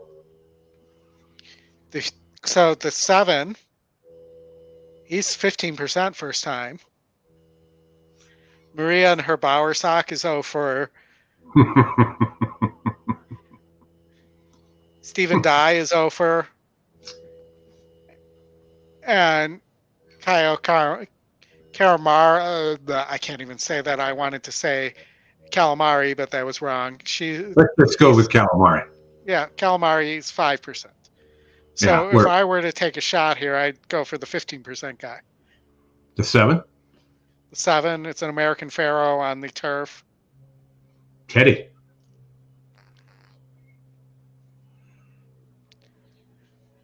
I mean, the works look better on the 6. Mm-hmm. There's a Kidden's Joy. And do you happen to know this Russell? The Jerome Russell? Yes. That is not the Russell that you think it is. Okay. I'm just asking if you know that, Russell. I don't, but I know that it's not who you think it is. And the 5 horse is a former McPeak. The Bengals are into the end zone. Or no, that may be Pittsburgh again.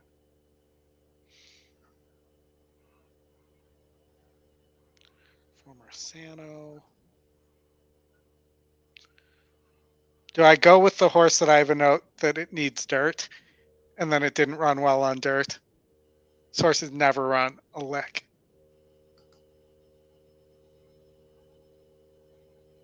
On the 11. Or do I go with old Teddy and just play a win place show there? Teddy, what's Teddy's odds? Teddy is 22-1. Yeah, that's good enough for across the board.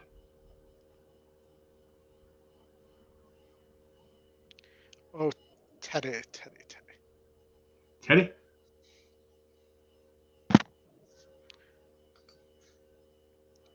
All right, so, well, Justin's back. Did they go yet? Nope. But all right, so here's what we came up with. At Tampa, you have the 7 horse, whose last name I'm not going to try to pronounce again, but yeah, something like that, Babylon, whatever. that trainer is 15% with first-time starters. It's an American Pharaoh on the turf, and it's a 3-star work. It's a good price. I like it. Yeah. If you look at the other firsters, there's only one other trainer here who's won a race. What about the one? Maria and her Bowersock are 0 for 9. Yeah. 0 for 9 isn't great, isn't terrible. No. But then you put Ronnie Allen Jr. aboard too. That's the guy you got to put to win those ones, right? Oh, good. That's what I like to hear. Maybe I'm thinking Mike Allen. Mike Allen, you're thinking about. Exactly. Not Ronnie Allen Jr. That guy can ride. What about the 11? I mentioned the 11. Too far out? Going 5 furlongs too far out? What about, yeah, why? What race is this, 9? I mean, I'll point out the 11's never run a lick in his life. If you look at his handy view. Like, not a single lick. Yeah, but he does get first-time turf, so I mean. And, has been running for high-percentage trainers, too. Does have a nice bolt workout, though. A nice 2, well, not bolt, but 2 out of 20 there. I mean, this is there's some firsters. There's a bunch of horses that haven't won a win. I mean, the 10's obviously a big favorite with the speed, right? But I don't know. I mean, your 7's not a bad angle. I mean, a big price to hit the board. The 5's not taking any money. Tabor time. This is Scotty's trainer too. Who? Isn't Kathleen O'Connell his trainer? Yeah, on the 10. Yeah. This is a tough race, man. First time her. Slow breaking speed horses, though, I don't like. Typically. All right, they're loading. That means they have to rush. The comfort of your home. 10 of them set to go 5/8 here. Favoritism toward the outside, 3-2. Well, the 4 and 10 are the favorites. I mean, these could just be tough too here. So, I mean, have the experience. Sunday of the season. Sundays will be the regular. They both kind of seem cheap to me. So racing Wednesday, Friday, Saturday, and Sunday. Well, then you get to the 4 or the 11 and the 5, and it's like, well, if these can't win, then it starts to get to the 1 or the 7 or somebody like that. Yeah.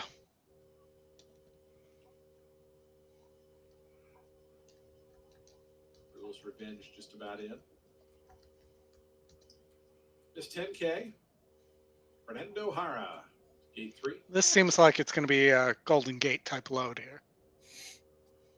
Jordy's Dream moving up. Laureano Sosa. Your serious time. Serious light, rather. I wish that had weather like this at my house right now. We've been raining for like to the outside, which is about set for 36 hours straight.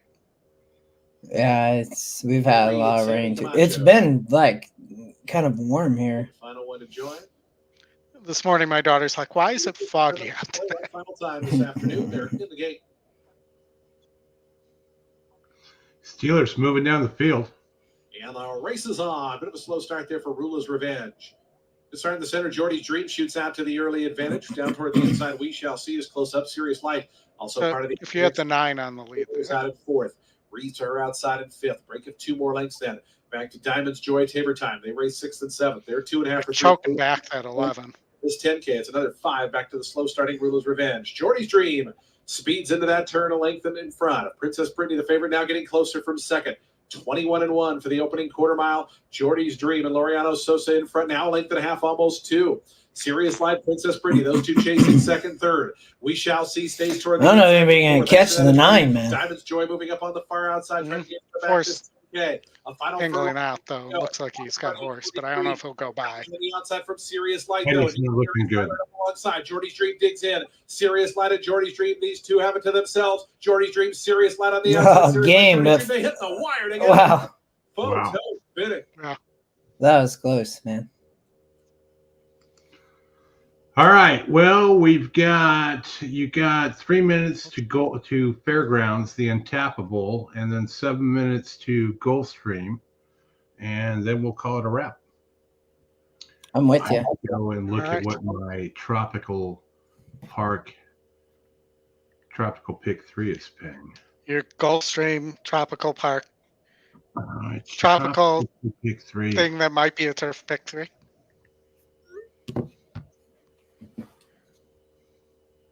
Let's see. What do I have here? Did you have thoughts on this Fairgrounds race? Yeah.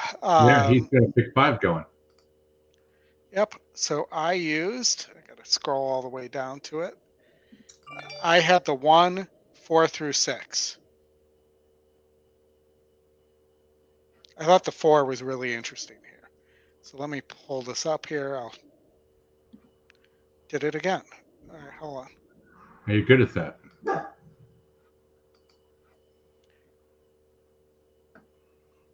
Wow, it's paying pretty good. So I have the 5, 9, and 8 in the tropical pick 3, 2,400, 1,700, and 2,800. So you'll see here that the 4 has a win against 72s, going 1 turn, is getting a bump from 67 to 74 in GSR, and was facing 80s and 78s previously, the last 2 times out. And when I say you'll see it, I'm on the wrong screen. There we go. It's dropping back to 72s. Yeah, I mean, should appreciate the stretch out. I mean, only 4%, but I'm with you. I mean, could do well there. Get Rich Mitch and Brett Calhoun there. They're 24%. And then you have the 5 who could go gate to wire. And you have the 2 Cox horses. You didn't use the long shot, the 3. Why is he laughing? What's he laughing about? It's just juvenile stuff, man. Oh. It's what he said a couple sentences ago. Both Cox horses.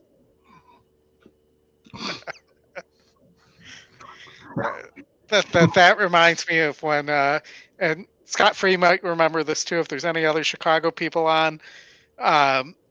Bonnie Bernstein was doing a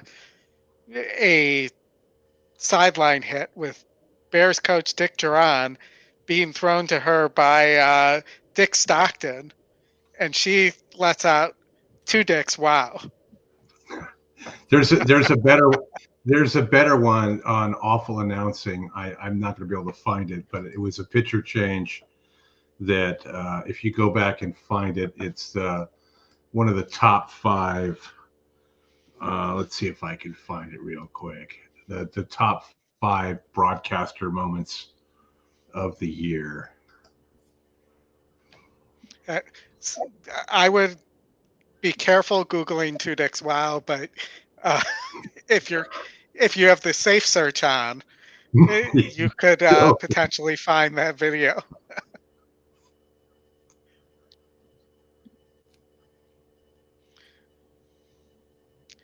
All right, we're getting close to the gate at Fairgrounds.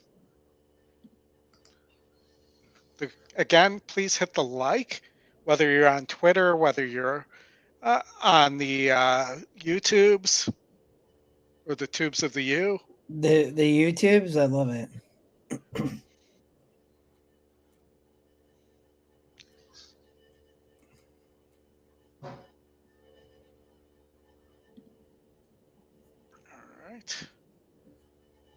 We are almost all the way in the gate. Anybody got the sound? I got it. For Fairgrounds. I got it. Joel Rosario with West Omaha. Something just right about John Dooley calling a race. They're off in the Untappable Stakes. And there's Legadima. West Omaha, the black cap. Fibber bid rank needs to settle. Here come these bids from Band of Gold. with the rail. Sistina Chapel in the early stages has dropped back. Merry Christmas, Wiz. 7 furlongs to go for Florent. Merry Christmas, Wiz. Princess right to the front.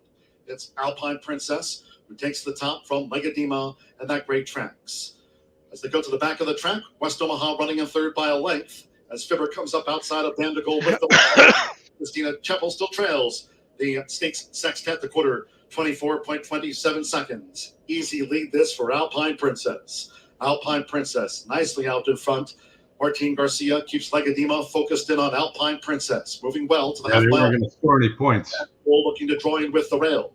West Omaha is in between fillies. Fibber's bid is on the far outside, and Sistina Chapel trails still 7 lengths from leader to last. And Alpine Princess continues to lead the field through a half mile in 48.29 seconds. 3 furlongs still in front of Alpine Princess, who now leads Legadima by 2. Legadima being driven to assert. Alpine Princess at the quarter pole, with on the outside West Omaha.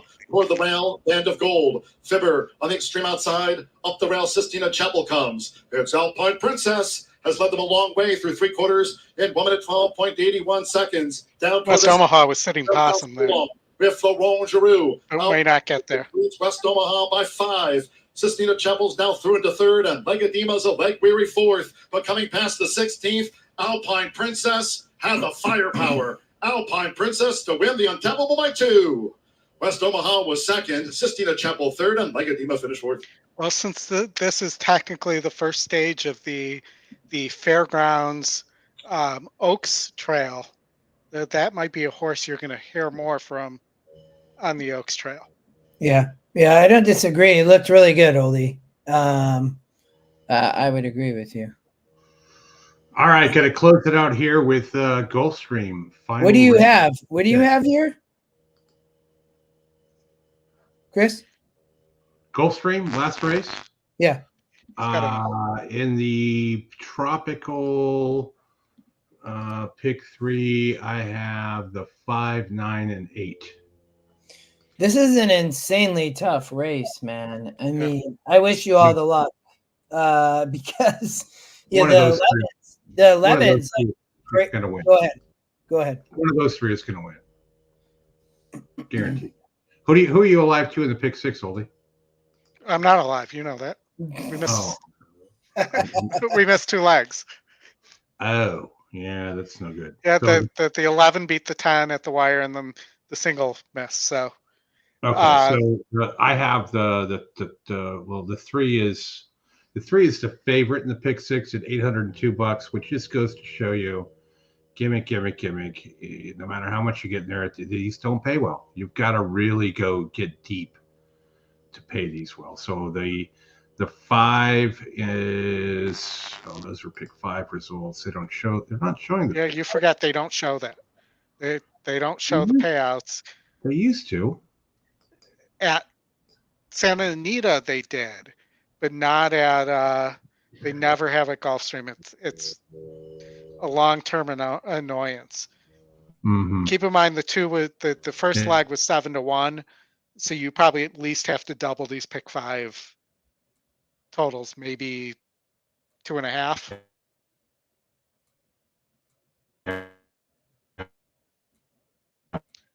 Is it my internet, or did Chris freeze up? Did his fan stop going again? Yeah. I think he got to replace his MacBook, man. It doesn't annoy me because I don't play it. So. Yeah. All right, so my A's here were 5, 9, and 13. This is an insanely tough race, I will tell you. I think I just gonna box the 3 win percents, Oldie. I don't really know what to do. 3, 7, 11 is my play in an exacta box. And I think you shouldn't overlook the 7 here. I'm all value here in these with the win percents and the 11 to maybe run, hit the board. I thought this was the toughest race I looked at all day, Oldie. I mean, anybody could win this race. Anybody could win this race. Yeah. This is not a great group of yeah. We lost Chris again. Yeah. But yeah, I played the box to 3, 7, 11. Looks like we still got a few minutes, but I like IRAD on the 13. If it was somebody else other than IRAD, might be a different story, but I think he can negotiate a trip. I mean, he should be able to. I mean, he has some speed and everything, so it wouldn't surprise me. Yeah, I mean, he's a long shot too. So 2 for 2 at the distance, like, yeah, I mean, for sure has a shot. Mm-hmm. And so if I'm looking and I'm looking for a long shot here, let's just check where they are. Still plenty of time to get your bets in for Chris to get back up here. I thought so. Of the longer priced horses, so the 4 and the 7 were the 2 and the 11 were the longer prices I liked here. I think Bapio is a big shot. I mean, Castellano won the first 2 races of the day here, Oldy, at Gulfstream Park, and is riding the 3 who's top GSR, top SOR, and top EquinEdge pick. Yeah. I mean, I think the prices, the Oldy, are the 7 and the 11, to be honest, and even the 13 at 4 to 1. But the 3 at 7 to 1 is like a steal. I mean, it really is. 13, no good. 3, don't like it. 5, 8, 9, bring it. Well, I mean, but it makes sense in a race like this that you would be like everybody going to be on different opinions. Yeah. I mean, I'm getting 10 to 1 on my wager, so that's good for me. Well, I mean, the 3 is in win play show territory at 7 to 1. No, not at 7 to 1. I don't do win play show unless it's 10 to 1 or more, because if you get the favorite in there, it kills your payouts. There's no heavy favorite in this race, though. It's not going to have that same effect. It will if the 9 finishes in there against you, because there'll be more money to place and show on the 9 than the 3. All right, so the 9. Well, let's just 9 only 2%. That's what I was about to say. The 2% 9. Let's just look at while they're still moving towards the gate here. So beat 52s. Chet, yes, you are correct. I don't see the payouts yet for them up there for the pick 6. But they are allowed to play at base on mandatory days. They have to play at 40 cent on non-mandatory days, so they can't trigger a single ticket. Justin, my guess is because it's only beaten 52s. Yeah, and also colonial horses have not come back and run well. Look at the connections. It's Shug and Tyler. 15%. Yeah, well, they win a lot of races, and they win a lot of stakes. What would be nice to see here with Jockey Trainer in stakes races, what they're at. Well, they're loading, FYI. I was on that one. I don't see the payouts, so if you see them, let us know. Yeah. The Gray Smoky Mandate getting ready. Papio has stepped forward. So is Legacy Isle and Eyes on the King. Great race to end this card. I'm on the 3-7-11 Oldie. Mutawid. I played 11 in like an interesting Brian Lynch trainee Anglophile. Hopefully to hit the board, but Rigo. I love to see prices win the race. The 3 I think stuff 6 to 1. I mean, that's a great price. 1 from the outside. Last horse to load. Pocket Aces Racing's Irish Aces to complete the line. Irish Aces and the Tropical Park Derby. West Point horse on the 9 was okay. I didn't think that. That's why West Point gives a bunch of horses to and runners away in the Tropical Park Derby. Went to for the inside, Legacy Isle and Eyes on the King. I didn't like the way the 9 looked. 2.5 on Bapio, who he's comes away racing in third. Trip. The Gray Smoky Mandate is on the outside in 4th, followed 5th by a Headstrong Super Blessing. Then it's Amstrong with Torigo well settled. Down at the inside goes Anglophile. The race favorite is Ohana Honor in those West Point colors, about 7 lengths off the 11 ended up going off of 14-1. Early is Irish Aces. Around the first turn they go. Long shot Legacy Isle sets up shop up front and leads by 1.5 lengths. Bapio is a relaxed second. Down at the rail, Eyes on the King is now 3rd. Smoky Mandate is there 4th. Armstrong 3 wide while 5th. In between horses is Super Blessing. Anglophile is next at the rail. They're followed by Torigo. Next rail to the fence goes April Fool's Andy. And back to the favorite Ohana Honor. He's about 8 or 9 lengths off the lead at this point. Long shot Mutawid saves ground, and the trailer is Irish Aces. Way down, 47.5 mile. Legacy Isle to the far turn, a length better than Bapio. Second, Eyes on the King and Smoky Mandate. Anglophile's in a tough spot. He's going to have to tap on the brakes. Getting started on the outside is Armstrong. Also moving up now, Torigo. He's going to bracket in Ohana Honor, who's going to need a way out. Locked in toward the rail is April Fool's Andy. Underway in the clear is Irish Aces. Plenty of chances here as they swing for home. 3/4, 112-1. Who do you like here as Bapio has come away with the lead? Over the top, it's Armstrong. From between horses, Smoky Mandate, Legacy Isle, Torigo, Irish Aces on the far outside. Irish Aces is rolling here. He's down the center, but Super Blessing got through. Super Blessing hits the front. Super Blessing wins. Irish Aces ran out of racetrack second. Bapio's in the show photo with Anglophile. He had a tough run through traffic in 140-2. I boxed the 3, 7, 11, 13. Did the 3 hold on for 3rd? I'm not sure. We'll watch the replay before we close down. In the try, I boxed the 3, 7, 11, 13. And in the exacta. The 13 job, 13 stumbled out of the gate. Otherwise, I think the 13 5, I think, finished. Come on, 3, hold on. Yep, 3. You got it. That'll pay good, man. And then I played the exacta too, only for a couple bucks, but I'm guessing you're going to get about 15 to 20 thou on the pick 6. All right, we'll have to hang out and see how long that see what this pays out, then we can wrap it up. What'd that horse go off? 15-1? 12. 12 over 7-2 over 5-1. Yep.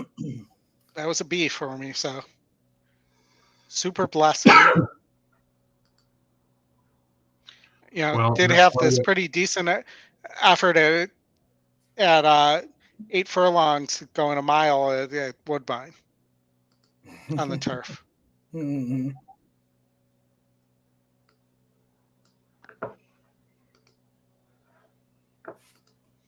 That was a good race, though. You knew that was going to be a tough one. Super High Five's going to pay pretty well too there. If somebody hit. If you played it your backwards way and singled the 9 in 5th. Mm-hmm. Man, I had that 7 just in. My other 2 legs didn't sync up. Yeah. Anthony, well done, man. I hit it with you. That was good. No, Chet, not well, at least not any of us. But I think that was the top Bruno pick too, right? The 7? I don't know. I looked at this morning, but Doug, well done, brother. I love that, man.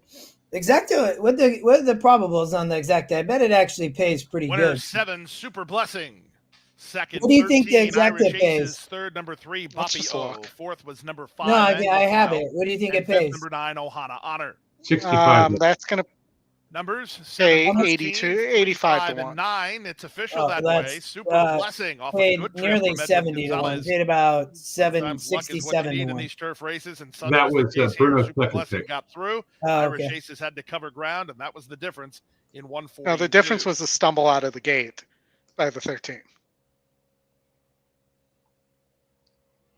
Well, that the try will pay good then too, Anthony and Doug. Yeah, go Dogs, Doug. I'm with you, man. It's official. Now returning to the winner's circle. The winner's 7, Super Blessing. Try pays 178 Blessing for is owned by the 50 Live Oak That's Plantation and trained by Mike Trombetter.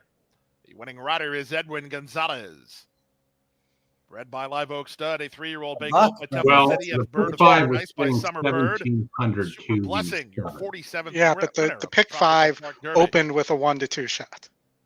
Yeah, which was today's 11th race is the final live race of the day. We invite you to stick around for the conclusion of racing from the fairgrounds, as well as a host of entertainment options, including the Gulfstream Park Casino, which remains open to serve you long into the evening hours tonight. What about the Gulfstream Park racing here tomorrow at Gulfstream Park? You're all invited back to join us. Gulfstream Park Sunday in South Florida here tomorrow. First race post time is 12:10.